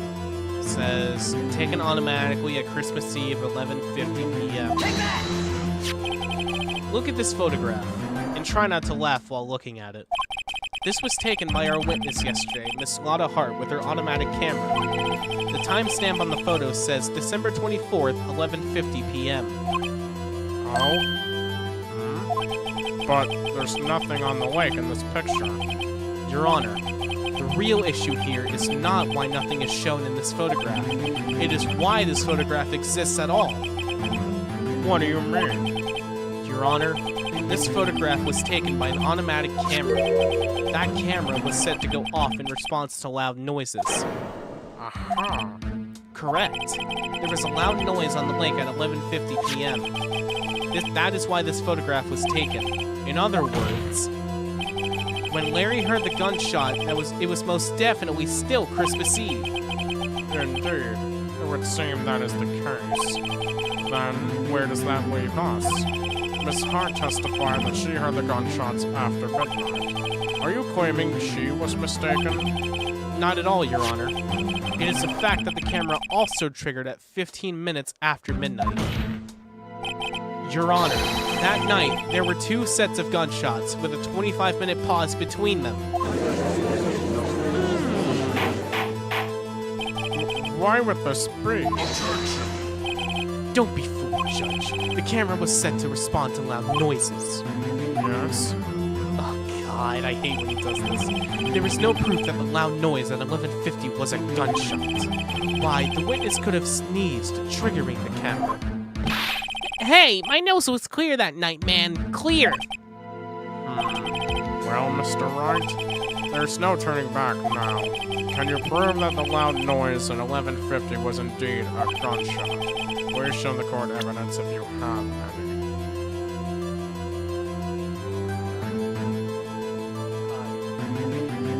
God, I hate this Von Karma motherfucker. Oh, that dude? Mm-hmm. Oh, this one. Uh-huh.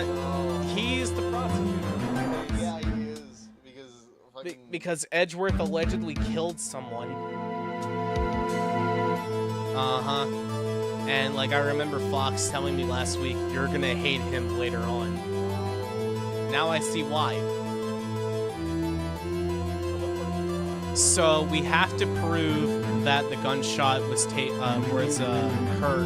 went off at 11:50 p.m. We just proved that this photo was taken before Christmas Day.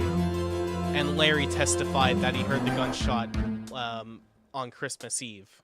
When the other 2 witnesses... What the fuck? Come on, man.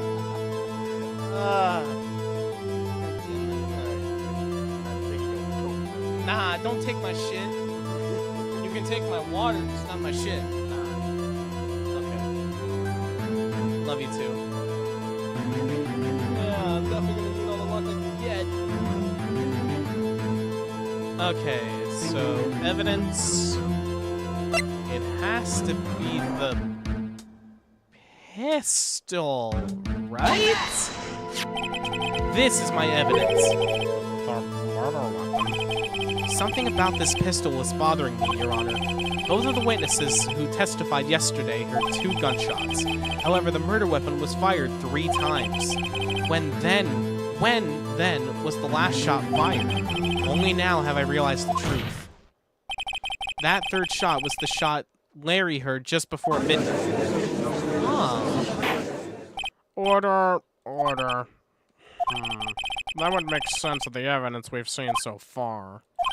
However, this leaves me wondering exactly what dared to happen that night on the lake. Exactly. If this is true, there were 2 sets of gunshots separated by 25 minutes. One at 11:50, another 15 minutes after midnight. Why, I ask you? Why? Uh-oh, I better think of something quick. Wait a second. Gunshots separated by 25 minutes. Ah! What's wrong, Nick? I have it. Huh? Remember the case with the Steel Samurai? Huh? Yeah, of course I remember. The murder in this case had the same idea as the murder in that case. What do you mean? Maya! Yes? If we don't figure this out now, we'll never overturn Edgeworth's guilty verdict. I've got a hunch, and I'm gonna run for it. Or run with it. Right. I mean, is this safe?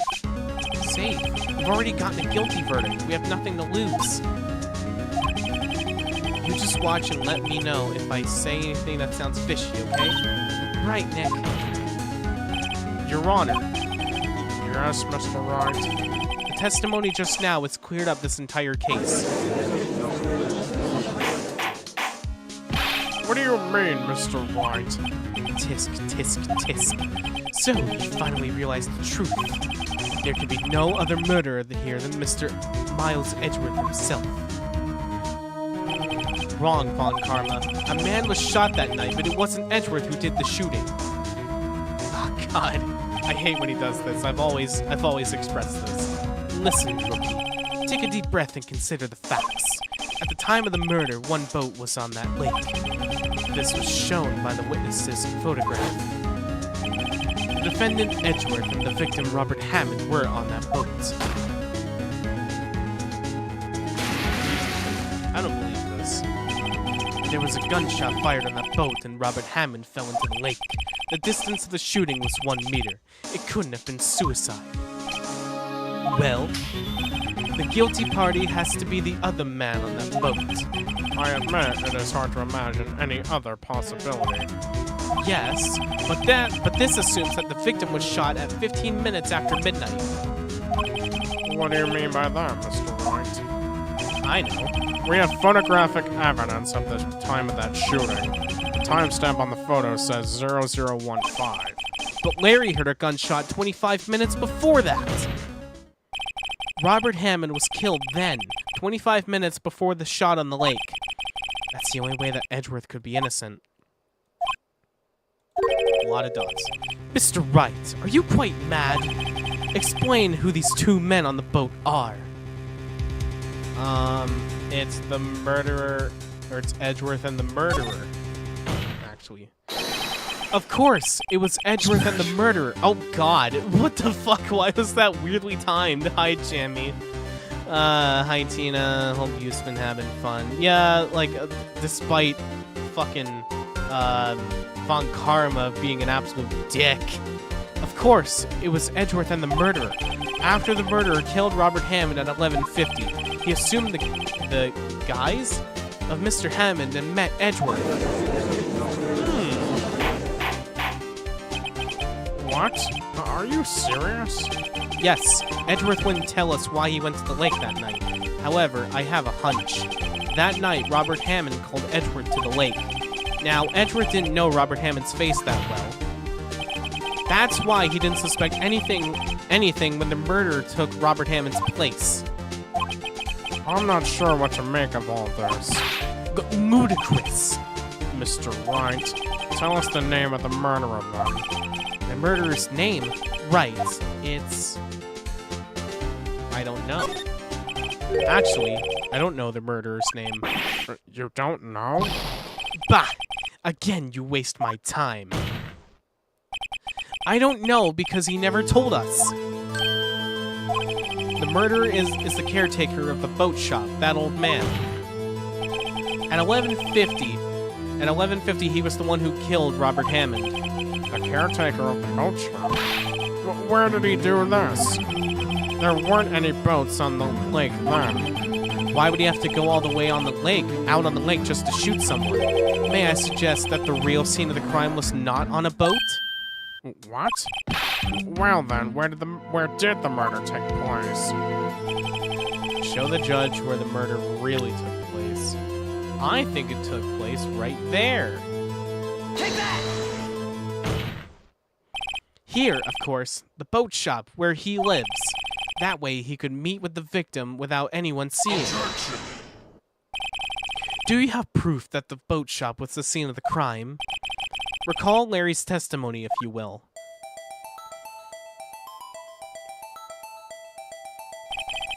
That night, he was out on the lake in a boat, searching for something.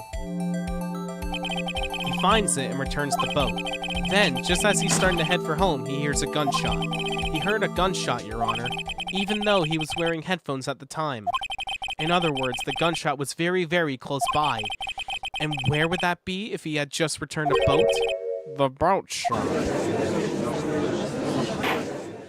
Mr. Wright, what happened that night on Gourd Lake? Please tell the court from the beginning. Yes, Your Honor. Nick, are you sure about this? Not really.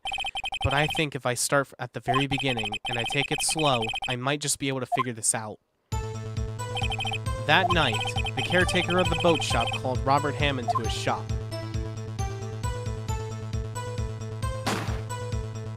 Oh. This was around 11:50. That was when the gunshot that Larry heard was fired. After that, the caretaker put on Robert Hammond's coat. He became Robert Hammond. Then he got into the boat with Edgeworth and went out into the middle of the lake. Then who fired the pistol on the boat, Mr. Wright? Might have been... yeah, I'm gonna say the caretaker. Of course, it was the murderer who shot the pistol. He shot twice. Both missed Edgeworth on purpose. Wait a minute. Yes? Why would he shoot twice if he didn't mean to hit anyone? Okay, that's fine, Jamie. I appreciate the work. Details. Know this, Mr. Wright. The moment you run out of explanations is the moment you lose. Tell us why the murderer had to fire twice. To create a witness. I believe he shot twice to create a witness, Your Honor. Create a witness? The murderer lifts his pistol and fires one shot. That ensures that anyone who's heard the shot would look at the lake. Indeed, Miss Hart did exactly that after hearing the first gunshot. Next, the murderer waits a bit and he fires again. Then, the murderer jumps from the boat himself, leaving the pistol in the boat behind him. I see. To someone looking from the edge of the lake, it would appear that one of the men on the boat had shot the other. The murderer didn't know about the automatic camera, of course. That's why he shot twice to draw attention to the boat. Once you realize that, everything else falls into place. The boat shop caretaker swam back to his shop. Then he put Mr. Hammond's wet coat back on the body, and threw the body into the lake.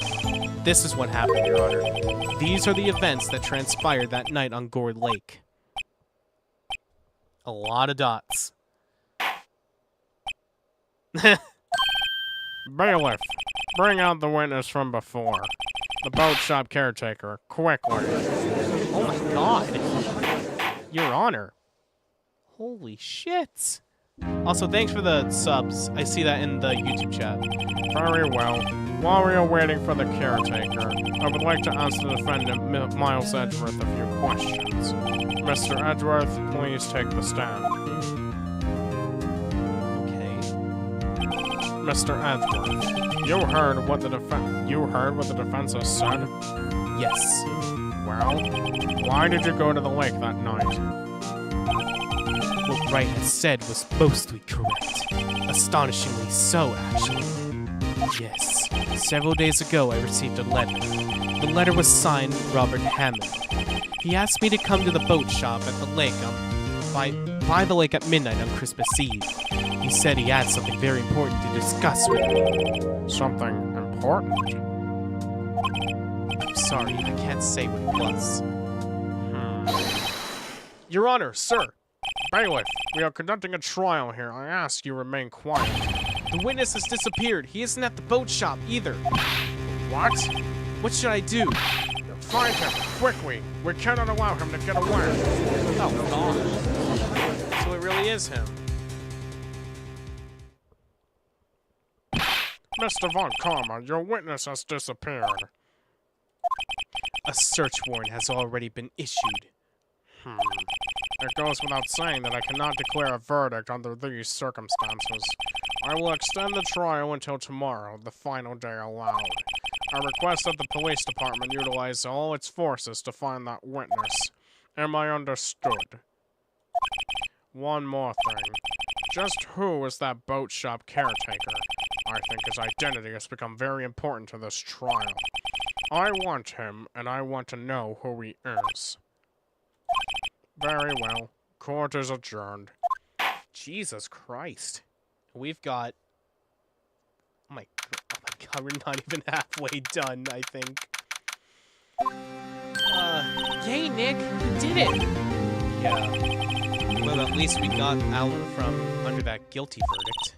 And what about Larry? That was something else. Even Von Karma didn't know what to do with his testimony.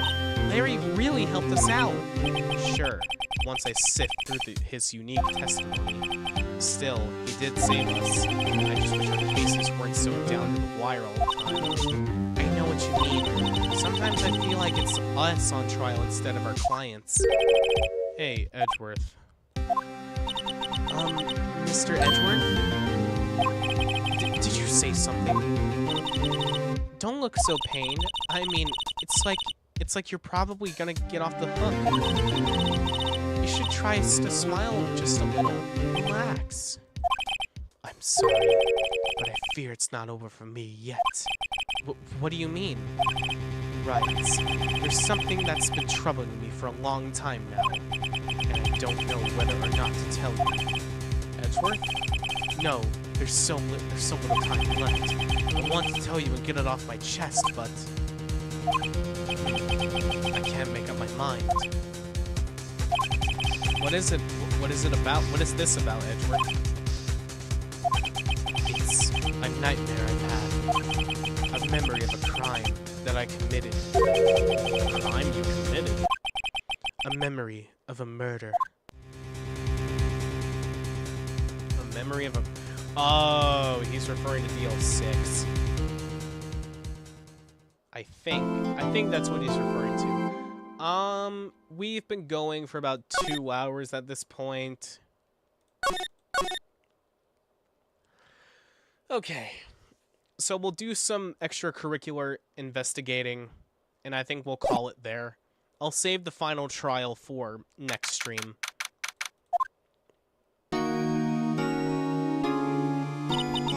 What was Mr. Edgeworth talking about?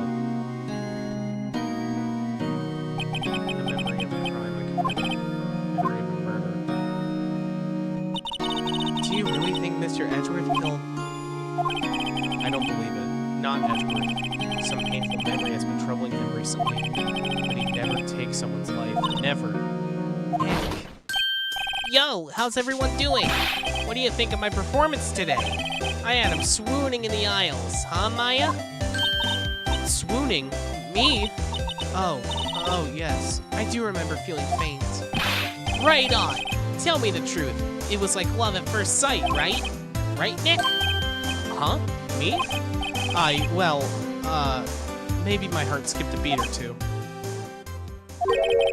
I think you could do better than that. Come on, I saved Edgeworth in there, dude. Edgy! You guys should be bowing before me. Yeah, bow before your hero. Larry, you really helped out in the trial today.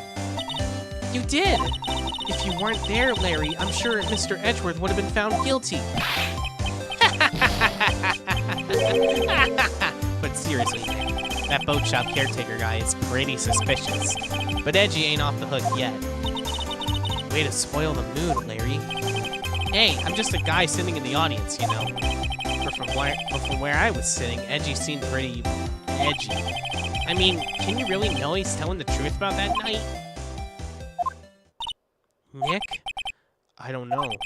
But what I do know is I'm going to believe in you two until the end. Us two? Edgeworth and who else? You mean me, right? Nah, he means me, right, Nick?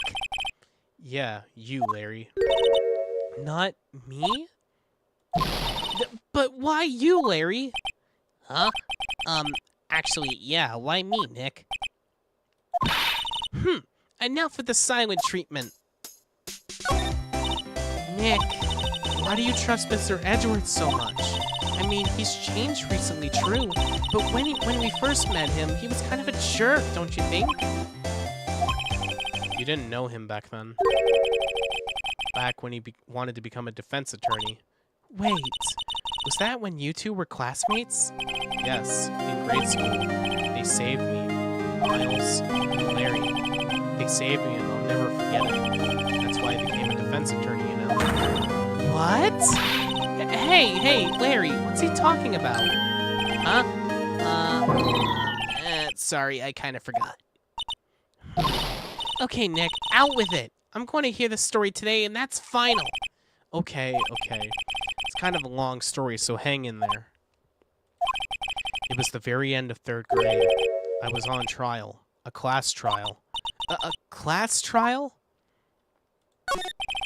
You remember, Larry? Spring, end of 3rd grade? A kid in our class got his lunch money stolen. Lunch money? Our school was really small. Every month, kids would bring in an envelope with money for lunch from home. Huh, I see. Anyway, this kid's envelope disappeared, with $38 still inside. Oh, yeah, now that you mention it, I do remember that. I can see why you'd forget, though. You were out of school that day. Anyway, the envelope had been stolen during PE class. I was coming down with a cold, so I had skipped PE that day. I was the only one not in class. So, they thought you did it? Yeah, kids in class said I should be put on trial. Trial? So the next day, we held a classroom trial with me as the defendant. Oh my god. I didn't do it. Guilty. He did it. Okay, they're saying a lot of shit. Just admit you did it. You can't hide the truth. Tell us the truth. We're not gonna play. We're not gonna play with you no more. You shouldn't be allowed in the relay race. Give me like 50 cents. I loaned you. Okay, whatever. Now, Phoenix, you know you shouldn't steal people's money. It's not right. In the end, even the teacher thought I'd done it. Go over and apologize, Phoenix. I didn't know what was happening. I was so sad I couldn't stop crying. Everyone was staring at me like I'd done it. I tried to apologize. Went to where the boy whose money had been stolen was sitting. That's when it happened. He shouldn't have to apologize. The only thing that belongs in a trial is evidence. Anything else has no place. You should all be ashamed. Amateurs. Miles? It wasn't you who stole my money, was it? No. Then you shouldn't apologize. Everyone's been shouting you did it, but no one has proof. That is why, Your Honor, this boy is innocent. But Miles, it was your money that was stolen. Yeah, he did it. He's the one. We don't need proof. Make him say he's sorry. Why don't you all just shut up? Or why don't you all just shut up? This is always how it is. Everybody ganging up and picking on one person. Just think how he feels. He said he didn't do it, so he didn't do it. Oh my god. Very well. I will replace the money myself. This class trial is over. That's how it happened. After that, the three of us were the best of friends. Wow, I had no idea. Yeah, I had no idea either. I mean, I forgot. That's when I learned what it meant to be alone. Totally alone, without a friend in the world. You did a good thing, Larry. Yeah, well, I was just lucky that I took the day off from school. If I'd been there, they would have thought I'd done it. So I took it kind of personally, see? When something smells, it's usually the butts. Anyway, Edgeworth and I talked after that class trial. That's when I heard his father was a defense attorney. I remember his eyes would shine when he talked about his father. I'm gonna become a defense attorney, just like my father. A famous defense attorney. Then a few months later, he suddenly transferred to another school. The DL6 incident. Right. I'm not sure, but the transfer probably had to do with his father's death. That's so sad. It was several years later that when I heard Edgeworth's name again, there was an article about him in the newspaper, and the headline was something like, "Dark Suspicions of a Demon Attorney." Fabricating evidence, manipulating testimonies, covering up facts. The article said he'd do anything to get a guilty verdict. Anything. But why? What happened? I mean, that's not the Edgy I used to know at all. That's what I thought too. I tried to get in touch with him. I don't know how many times. He never replied. I guess he didn't want to see his old friends. I couldn't just drop it though. I wanted to meet him, to learn why he had become who he became. That's when I decided. Wait, you don't mean that's why? That's why you became a defense attorney? To meet Edgeworth? If I was a defense attorney, I knew he'd have to meet me whether he wanted to or not. In court. Edgeworth believed in me and I believe in him. He's in pain, and no one's on his side. I'm the only one who knows the real Edgeworth. I'm the only one who can help him. Whoa, Nick. So is that why you helped me out for free? Yes. I helped you because I believed in you. Except I don't remember what saying I'd do it for free. Aw, Nick. Nick! We have to save Mr. Edgeworth if it's the last thing we do, okay? Right. It very well may be. First, there's that rental boat shop caretaker. We need to find out who or what he is. I'd settle for who. I guess I can clean out some of this evidence I no longer need. Okay, let's go. Alright, let's move to Gourd Lake. I wonder if we're gonna see Gumshoe again. As soon as I say it. Hey, Prowl. Long time no see. Oh, Detective Gumshoe. Close one today, huh? I got so worked up I snapped my tie in half. Sorry about that. No problem, pal. Thanks to you, we now know who really did it. You mean the boat shop caretaker? Look, I'll make you a promise. I'll have that scoundrel in my custody by trial time tomorrow. Come what may. It's my duty to you as a police officer. Now, I'm off to catch me a criminal. Detective Gumshoe sure is active today. Oh, and one other thing. No one can go into the woods today. The woods? Where Lana was camping. The woods are off limits to camping, and apparently the park ranger found out. He got pretty mad. No one can go in for a while. Thank you, Toon Slayer. I'm gonna need it. I guess Lana's in a lot of trouble. Anyway, I'll be seeing you tomorrow. Okay, well, if it's not there, I guess the detention center to talk with Edgeworth. You look as grim as always. Mr. Edgeworth, I heard the story about the class trial. Class trial? What do you mean? You don't remember? No, I don't. Your lunch money was stolen, wasn't it? In 3rd grade? Lunch money. Oh, right. Yes, I seem to remember something like that. Nick, I think you're the only one who really remembers. Well, it probably only really mattered to me anyway. Mr. Edgeworth, didn't you know? That trial was the reason Nick became a defense attorney. Ridiculous. Gee, thanks. That said, it does sound like the kind of thing you'd do. You haven't changed a bit, have you, right? So simple, to a fault even. Well, maybe, yeah, but I think you changed too much, Edgeworth. Perhaps. Hey, Edgeworth, why did you become a prosecutor anyway? You used to look up to your dad. You said you wanted to be a defense attorney, right? I couldn't let myself deny reality like you. What do you mean? My father was taken from me, and you want me to defend criminals? I'm sorry, right, but I'm not that good of a person. One suspect was apprehended in your father's trial, right? Yes, the man trapped in the elevator with my father. His name was Yanni Yogi. He had to be the shooter, any way you look at it. Yet, he was found innocent. That defense attorney got him off the hook. That would be Robert Hammond. Just so you know, YouTube chat, I'm also live on Twitch if you want to take a quick gander.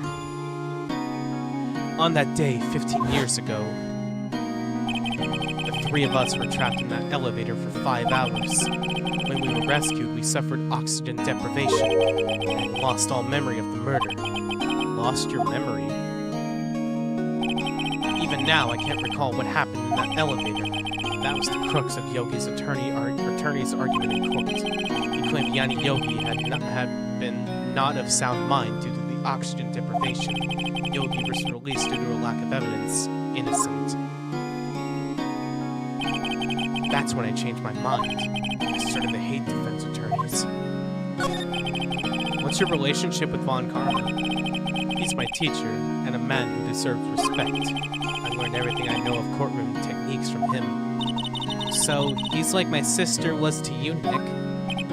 He's a perfectionist in all things. In court, in his personal life, he's obsessed with doing everything perfectly.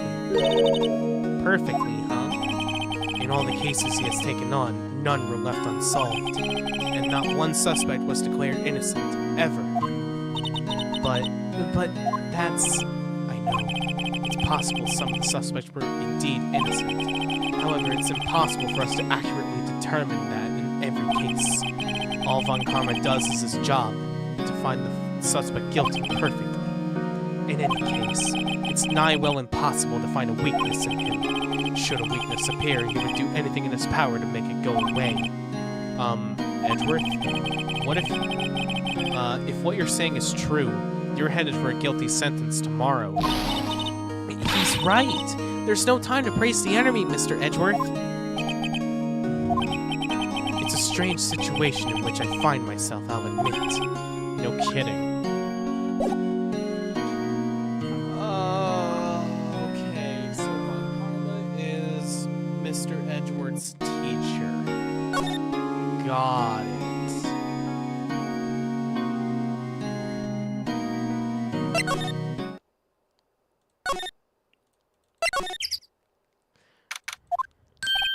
Huh? The steel eyesore is missing. Eyesore? Looks like the hot dog stand is closed too. I guess Larry's too busy worrying about Mr. Edgeworth to show up to work. We can't go in the woods, so I guess it's here then. That old caretaker got away. Yup. I never imagined he might be the real murderer. Ahem. I know that clearing of the throat anywhere. Oh, hello. What might you be doing here? Out for a walk, the days of my youth, like the scent of fresh lemon, you see.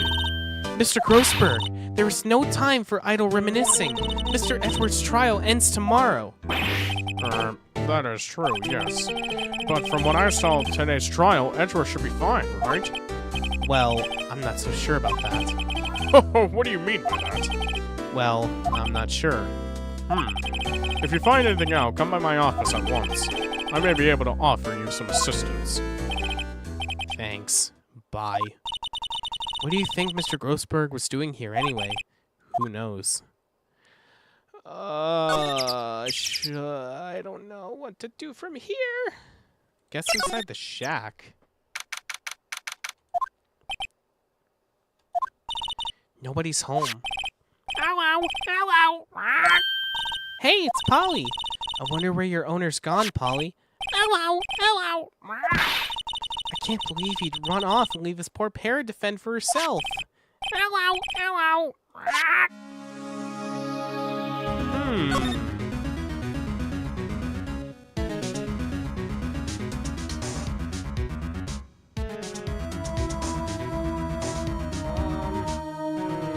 Oh yeah. Haven't examined this yet. What's wrong? Huh? Oh, never mind. What? Tell me. Just when I saw the TV, I remembered they're showing a Pink Princess special this week. Oh, see, that's why I didn't want to tell you. Huh?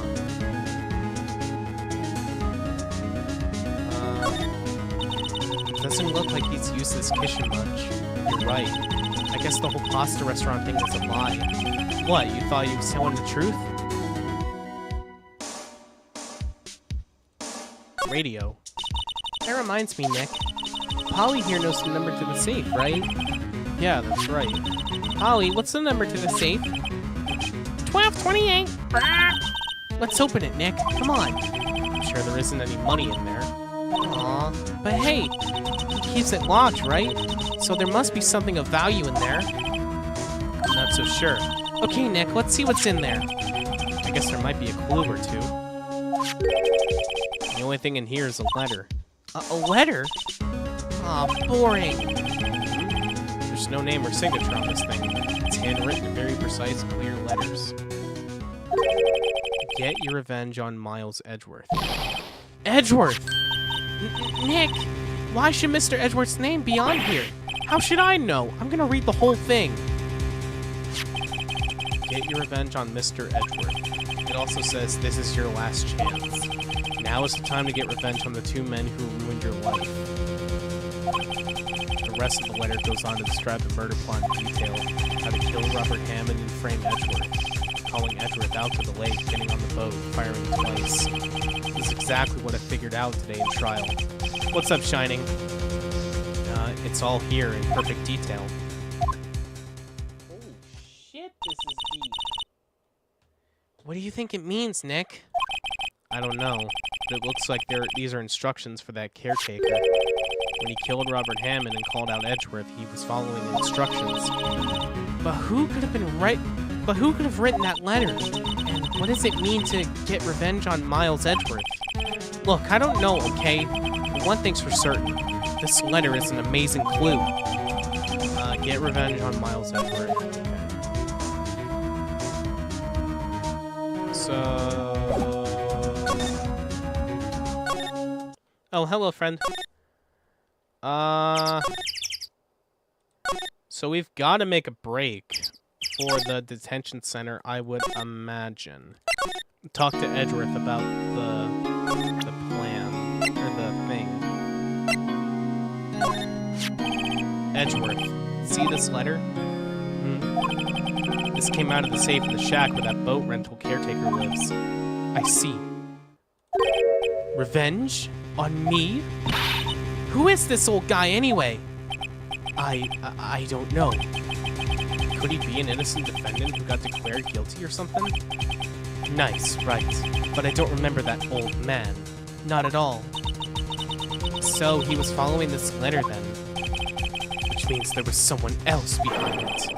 Now is the time to get revenge on the 2 men who ruined your life. 2 men. Meaning myself and Robert Hammond. It also says this is your last chance. Last chance? Wait, maybe he's talking about the statute of limitations on the DL6 incident. Wait, that old man. What is it? Do you know who he is? Yogi. Could he be Yogi? Yogi? The suspect in the DL6 incident, the one who was found innocent.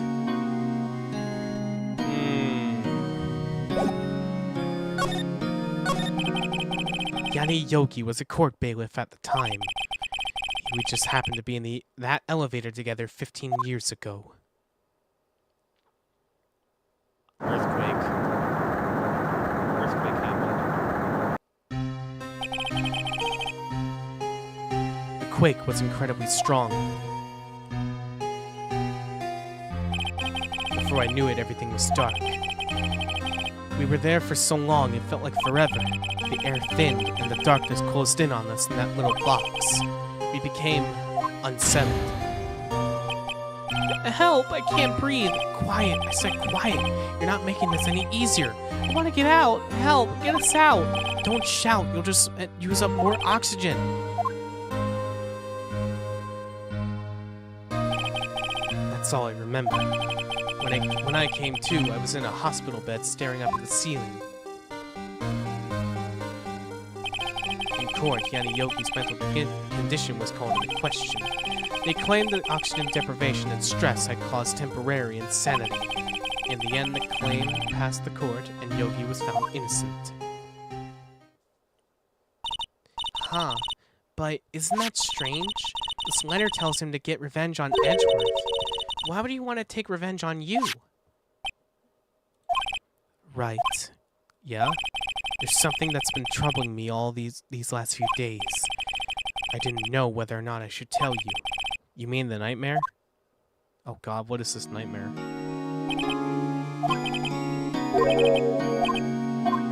memory of a murder.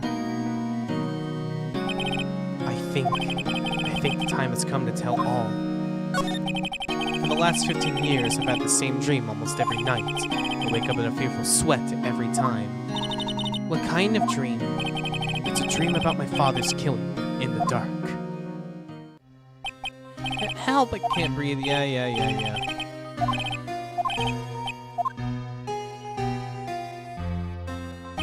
I can't breathe. You're using up my air. What? Stop breathing my air. I'll stop you. What? What are you... Stop breathing my air.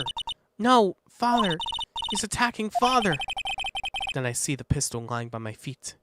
Why not playing Arsenal? I'm actually gonna try and play more of it tomorrow. Actually, you know what? Hold on. I know this is a bit of a stretch, but tomorrow is Arsenal Kid Day. If you don't know who Arsenal Kid is, one of my friends plays a character called Arsenal Kid, Jason. You'll get to know him later on. But he plays a character called Arsenal Kid, and if you've ever heard the term loud equals funny, that's basically Arsenal Kid in a fucking nutshell. But we're doing a recording tomorrow. I may actually incorporate it into a stream if I am able to. And like I don't know how things are gonna go from there. I don't even know if I want to stream it because every time I've streamed Roblox at this point, at least on my laptop, it's kind of run down to shit. But I will absolutely see if I can't stream it. I can always post the video for you guys to watch. And I'll just put timestamps for all the funny moments like he usually does. But I hope you guys are looking forward to it. It's our annual Arsenal Kid Halloween special. We've done one every year for the past, I think we've done one for the last 3 years. But definitely be on the lookout for the video tomorrow. It's going to be a shit ton of fun. It's going to be wacky. It's going to have a lot of crazy moments. And it's just overall going to be a lot of fun to record. Again, you'll get to meet Arsenal Kid and the other friends in the video once it's actually out. But next Arsenal stream, like, I have no idea when the next Arsenal stream will be. I'm going to try and stick to my weekly short stream schedule. Hell, I might even do a long-form stream. Not just for the shorts feed, but just as a long-form thing. But, yeah. I'll definitely keep you guys posted on my community tab when I'll be streaming Arsenal again. I don't know if it was evidence from that day in court or the bailiffs. In a daze, I pick up the pistol. Get away! Get away from my father! Oh, and this was him getting shot. Basketball every day. I fucking love that name. And with that scream, I wake. It's a bone-chilling scream. A scream that has rung in my ears for the past 15 years. Just tonight, I'm just running Ace Attorney because I thought it would be fun to stream. And we're actually getting through this case pretty quickly, so I'm really, really fucking happy with the progress I'm making. I've been having a lot of fun with this game. But that's just a dream, right? Right? That thought is the only thing that's kept me sane for the last 15 years. Okay, hi, basketball every day. I hope you're doing okay. But what if I'm wrong? What if it's real? They say that sometimes people shut out memories in self-defense. Maybe it was I who killed my father. What? If you think about it that way, this letter makes sense. Get your revenge on Miles Edgeworth. Think about it. Yogi was really innocent. That's why he wanted revenge against me. Wait, Edgeworth, you mean... It was me. I was the true criminal of DL6. I shot my father. This is bad. What are we gonna do, Nick? What can we do? I don't know. I don't think there's anything we can do, like it or not. If there's someone else who knows a lot about the DL6 incident, maybe... There is, Nick. There is someone else who knows about DL6. Maybe I should talk to him. Hey, Grossberg. I want to ask you a few questions. Ah, hello there. What's wrong? You look troubled. No kidding. I can't believe you're not. My. Just calm down and please tell me what happened. What's happened, please. It's Mr. Edgeworth. Oh, God, I can't do the sobbing thing. I see. So, Edgeworth dreamt he shot his own father. It's only a dream. Only a dream. I wonder. What? If that's the case, then why do you two look so troubled, Well... Also, consider this. Yogi quite certainly holds a deep grudge against Miles Edgeworth. So deep, he wanted to frame him for murder.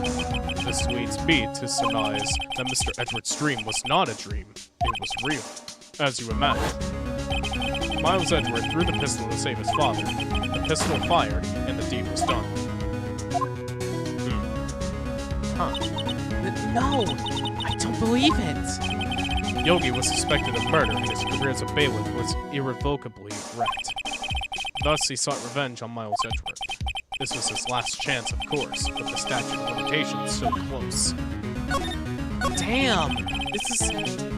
This is like really deep lore that like I didn't know I would need to learn until now. And I'm really happy I am.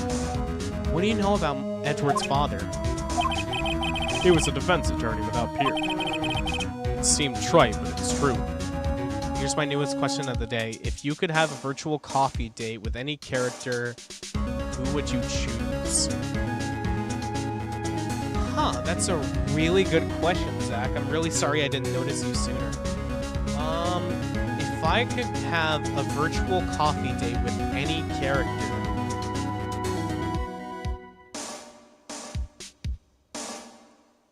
that is actually a really, really tough question.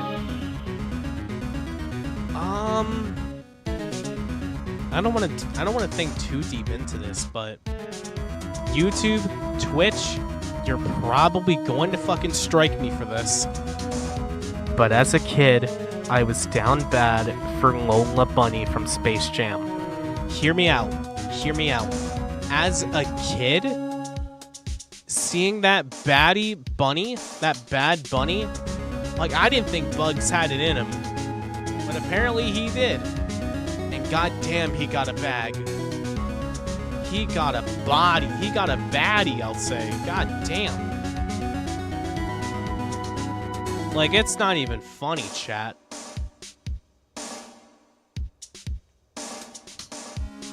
You're not unique in this. I don't give a fuck. It's either Lola or Rainbow Dash. I don't give a fuck.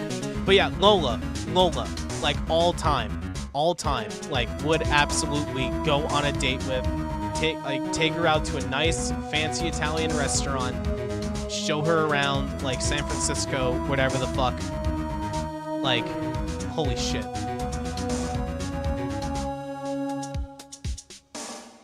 I'm not even kidding. Space Jam has me so fucking furry-pilled. It's like not even funny. And I wish I hadn't seen it because I don't know if it would have converted me or not. Well, you may have had one peer now that I think about it. Your mentor, Mia Fey. My sister? Gregory Edgeworth was very disapproving of Mr. Von Karma's techniques. That's no surprise. Von Karma is an extreme man. Forged testimonies and evidence are nothing to him. The result, he has a perfect win record in court. To beat him, Gregory Edgeworth tried to call attention to his methods. And? He lost, and died in despair, as it will. I see. When Gregory Edgeworth was killed, the police called in a spirit meeting. That was your mother, Misty Fey. I'm Gregory Edgeworth. I have been killed. The one who shot me was the bailiff, Yanni Yogi. Yet Yogi was found innocent. That's when my mother left us. Everyone called her a fraud. That's right. Everyone thought she was, you see. Yet, now that I think about it, it seems the one who lied was Gregory Edgeworth's ghost. Gregory Edgeworth must have known who shot him. I don't believe it. So you're saying he falsified his testimony? That Edgeworth's dad lied to protect his son? It's only a possibility, Mother. But a possibility nonetheless. Huh. So, he knows something about the case. He knows a lot, actually. He lied to protect his son. Yet we have a message from the safe saying that...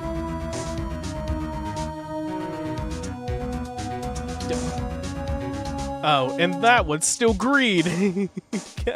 hey, derps. Good to see you, babe. It bothers me a lot, it bothers me... Oh, and that one's still green! Oh my god, I love that quote so much. So... yeah, we have the letter from the safe basically saying that Yanni Yogi wants revenge on Edgeworth. Oh, so this is the letter. It doesn't seem that Yogi was following the letter when he killed Hammond. But why killed Robert Hammond? Hammond was a skilled defense attorney, but he defended clients not for their sake, but for his own. Back when DBZ Abridged was so good. Yeah, and like, what was it? Fucking, Russian Badger, like, made it even better. Huh? His own sake? He never trusted his clients, that one. The only thing he trusted was his own ability. But he got his client found innocent, so why should it matter? Actually, my dear, it's quite different. He won that innocent verdict for no one but himself. Yogi was a free man, but socially he was ruined. Huh? You'll understand soon enough. Wait, What is it? this letter.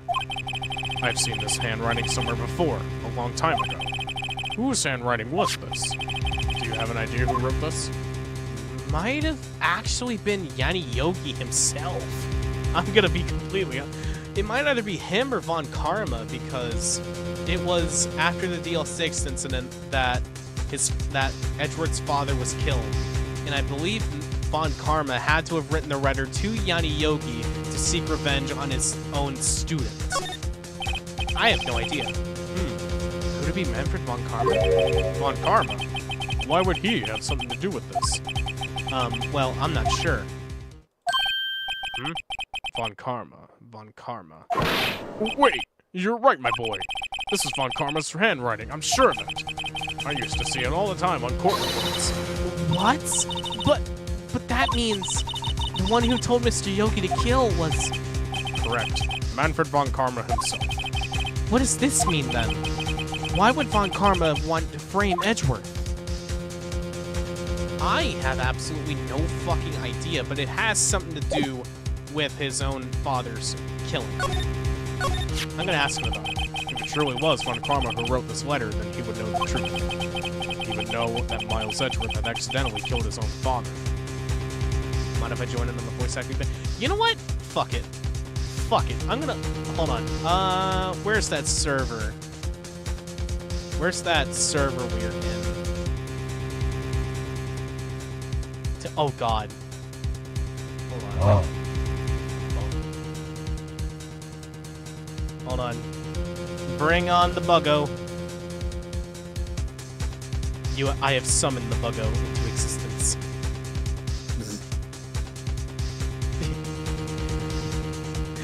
That was definitely a noise.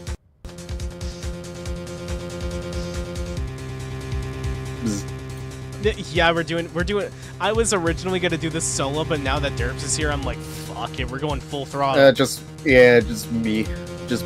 Yeah. He'll say as much tomorrow in court, I should think. He'll press the point until the court finds Miles Edgeworth guilty. Oh no. I'll be Edgeworth and Von Karma for this. You know what? Yeah, you be Von Karma. Do you also want to take Yanni Yogi, the old guy? No. I'll just take Von Karma and Edgeworth. Okay. But how could Von Karma know about Mr. Edgeworth's past like that? Even Mr. Edgeworth thought it was just a nightmare. That I do not know. Yet I do know that Von Karma is both persistent and a perfectionist. He may be seeking to satisfy a grudge against Gregory Edgeworth by hurting his son. What do you mean? It was 15 years ago. Von Karma met Gregory Edgeworth in court, and Von Karma did win, but he didn't make it through the trial unscarred. Huh. What happened in the trial between Edgeworth's dad and Von Karma? Von Karma got the guilty verdict he wanted. He won the trial, but Gregory Edgeworth accused Von Karma of faulty evidence. And though he lost the trial, Mr. Edgeworth's accusation stood. Faulty evidence? It was the only penalty Von Karma had ever received in his career as a prosecutor. Gregory Edgeworth felt the blow to his perfect trial record. Wow. It must have been quite a shock for Von Karma. He took a vacation for several months after that, you see. A vacation? Yes, an unusual event for the man. That was the first and the last vacation he's taken in his many years of prosecuting. Really? He doesn't take vacations? Like, go to the sea or, to the mountains? Don't tell me he's never been to Europe. You have strange ideas about vacations, Maya. In any case, that was the only time he took a vacation from work. I believe the penalty upset him quite a lot. Odd. If he wanted to keep a perfect record so badly, why would he take such a long vacation? What do we do, Nick? Von Karma's gonna bring up DL6. You can bet on it. What if Mr. Edgeworth pleads guilty to DL6? I won't let him. Yes, Mr. Wright. I hate to say this, but even accidental murder is murder, you know. I know that. I just believe in Edgeworth's innocence. I can't believe he'd kill someone. But Nick, Mr. Edgeworth admits it himself. His father must have lied to protect him from beyond his grave. I don't care. I know he's not guilty. Mr. Wright, if you say so, I suppose I could go check again. The police files might hold something of interest. Mr. Grossberg, thank you. I can't promise anything, in fact, I think the chances of finding something are slim. I understand. The police matters. These materials. Oh man, this is really intense, I'll admit. Yeah, every Phoenix Wright episode gets deeper, dude. So we have to head back I to... do remember playing this. Dude, like fucking, I remember in Investigations 2 when we were doing the voice acting stuff, it wasn't really as intense. But here, this was like their real meat and taters. This was their prime time. Yeah, this was their prime time. This was their bread and butter, their meat and taters, I would say. One day Oh, go ahead. Yeah, 1 day left, Nick. Yeah, I know. Well, no time to waste. Let's get going. 1 day left, so you're kind of close to the end, I think? Yeah, tomorrow is the last day of the trial. It seems to be you're on the last part. Yeah, like, day 3 we're just finishing up investigating, and then day 4 is the last day, because statute of limitations. Yeah, okay, yeah, I think that's the last part of the game. I don't remember exactly everything else, but... Again, it's been a long time since I played the Phoenix Wright games on the DS, by the way. I wonder if we're gonna see Gumshoe again. Hold on. Oh yeah, I gotta be Gumshoe if he's there. If you want to take Gumshoe, go for it. Fuck yeah. You just gotta give him the Ben special. There's hardly anyone here. Everyone must be out looking for the old guy, Yogi. Ah, it's you. I don't think Gumshoe will be coming back today. He's staying out late looking for someone. Sounds like Detective Gumshoe is pounding the pavement for real. We were wondering if we could check out the records room again. Well, now I can't just have anyone wandering around in there. But I guess Mr. Von Karma's in there now anyway. You can go in as long as he's there. Von Karma? Yes, he just arrived actually. Von Karma's in the record room. Nick, let's hurry. Records room. Why is Von Karma in the records room? Dusty as always. We were only here just yesterday. I'm sure they just hadn't had time to clean. He wants to tamper with the evidence, does he? What's wrong, Nick? Nothing. I was just noticing that he isn't here. Von Karma. He's not there. Huh. Investigate. I wish to examine. The file's open. Huh? One of the drawers here is open. Someone must have been looking in it recently. The label says unsolved cases evidence. Ooh. Unsolved cases? Nick! The file for DL6. It's completely empty. What? Oh, they took it. What are you... Oh, this is you. What are you doing in here? Eek! Von Karma! You! How do you know my name? Huh? Have we met? What are you saying? We see each other every day, don't we? We're Miles Edgeworth's defense team. Defense team? I beg your pardon. You see, I rarely remember defense attorneys. They are like bugs to me. Meaningless things need to be crushed. I could see how this guy was Edgeworth's mentor. Mr. Ed...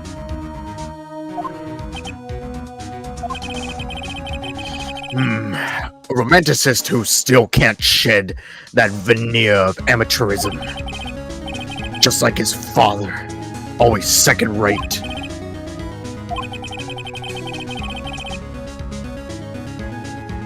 Is your mic okay?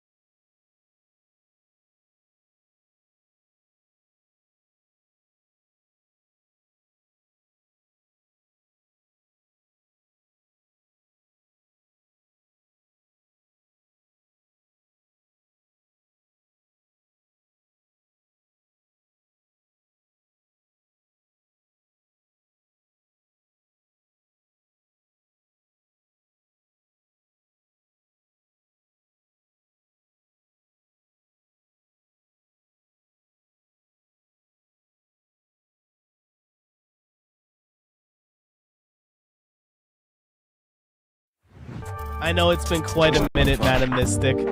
I'm just gushing about BabsCon because holy fuck, that weekend was a hell of a lot of fun. By the way, you didn't have to join me, you know, but it's You know, the very reason nice I to did talk is to you. because, like I said, we can both be dumbasses in the same call. Yeah, and you could talk to someone who's never been to a convention about BabsCon.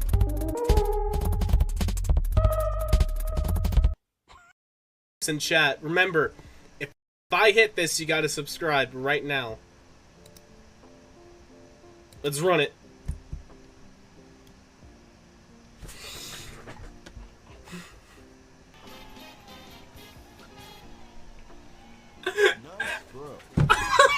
Thank you so much for watching stream.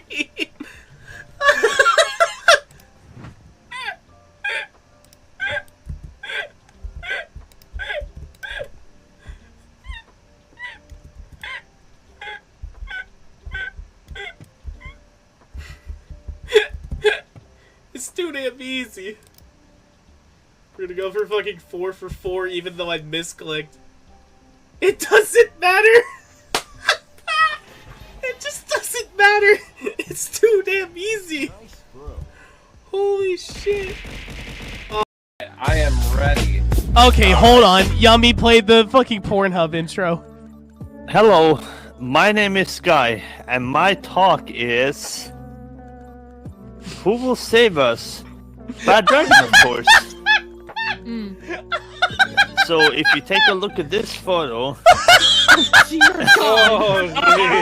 My grandma was almost on the brink of death, but Bad Dragon saved her. And you can be saved too. Okay. Good news. There is an upside to this. Oh, God. Okay. Repeat that.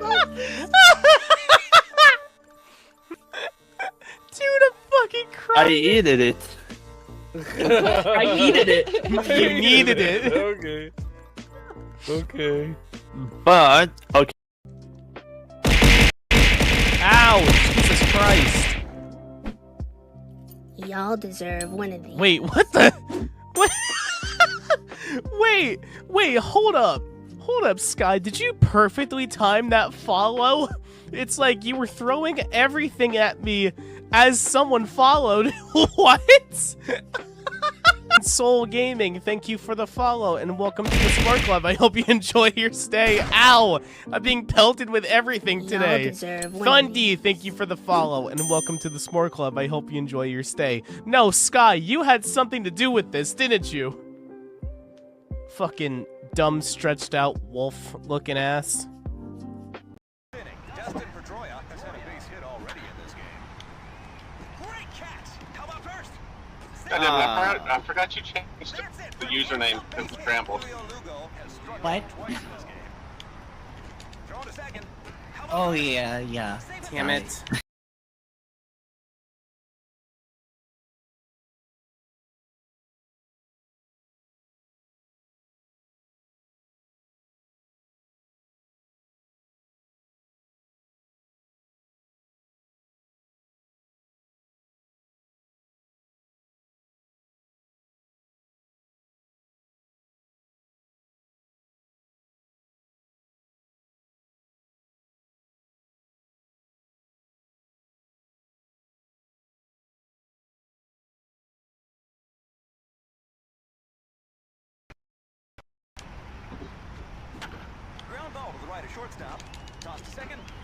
God damn it! Second one in a row I got robbed of. Fuck. Have you tried robbing back? No. It's a base hit to the outfield. Yes! How did I do that? Clip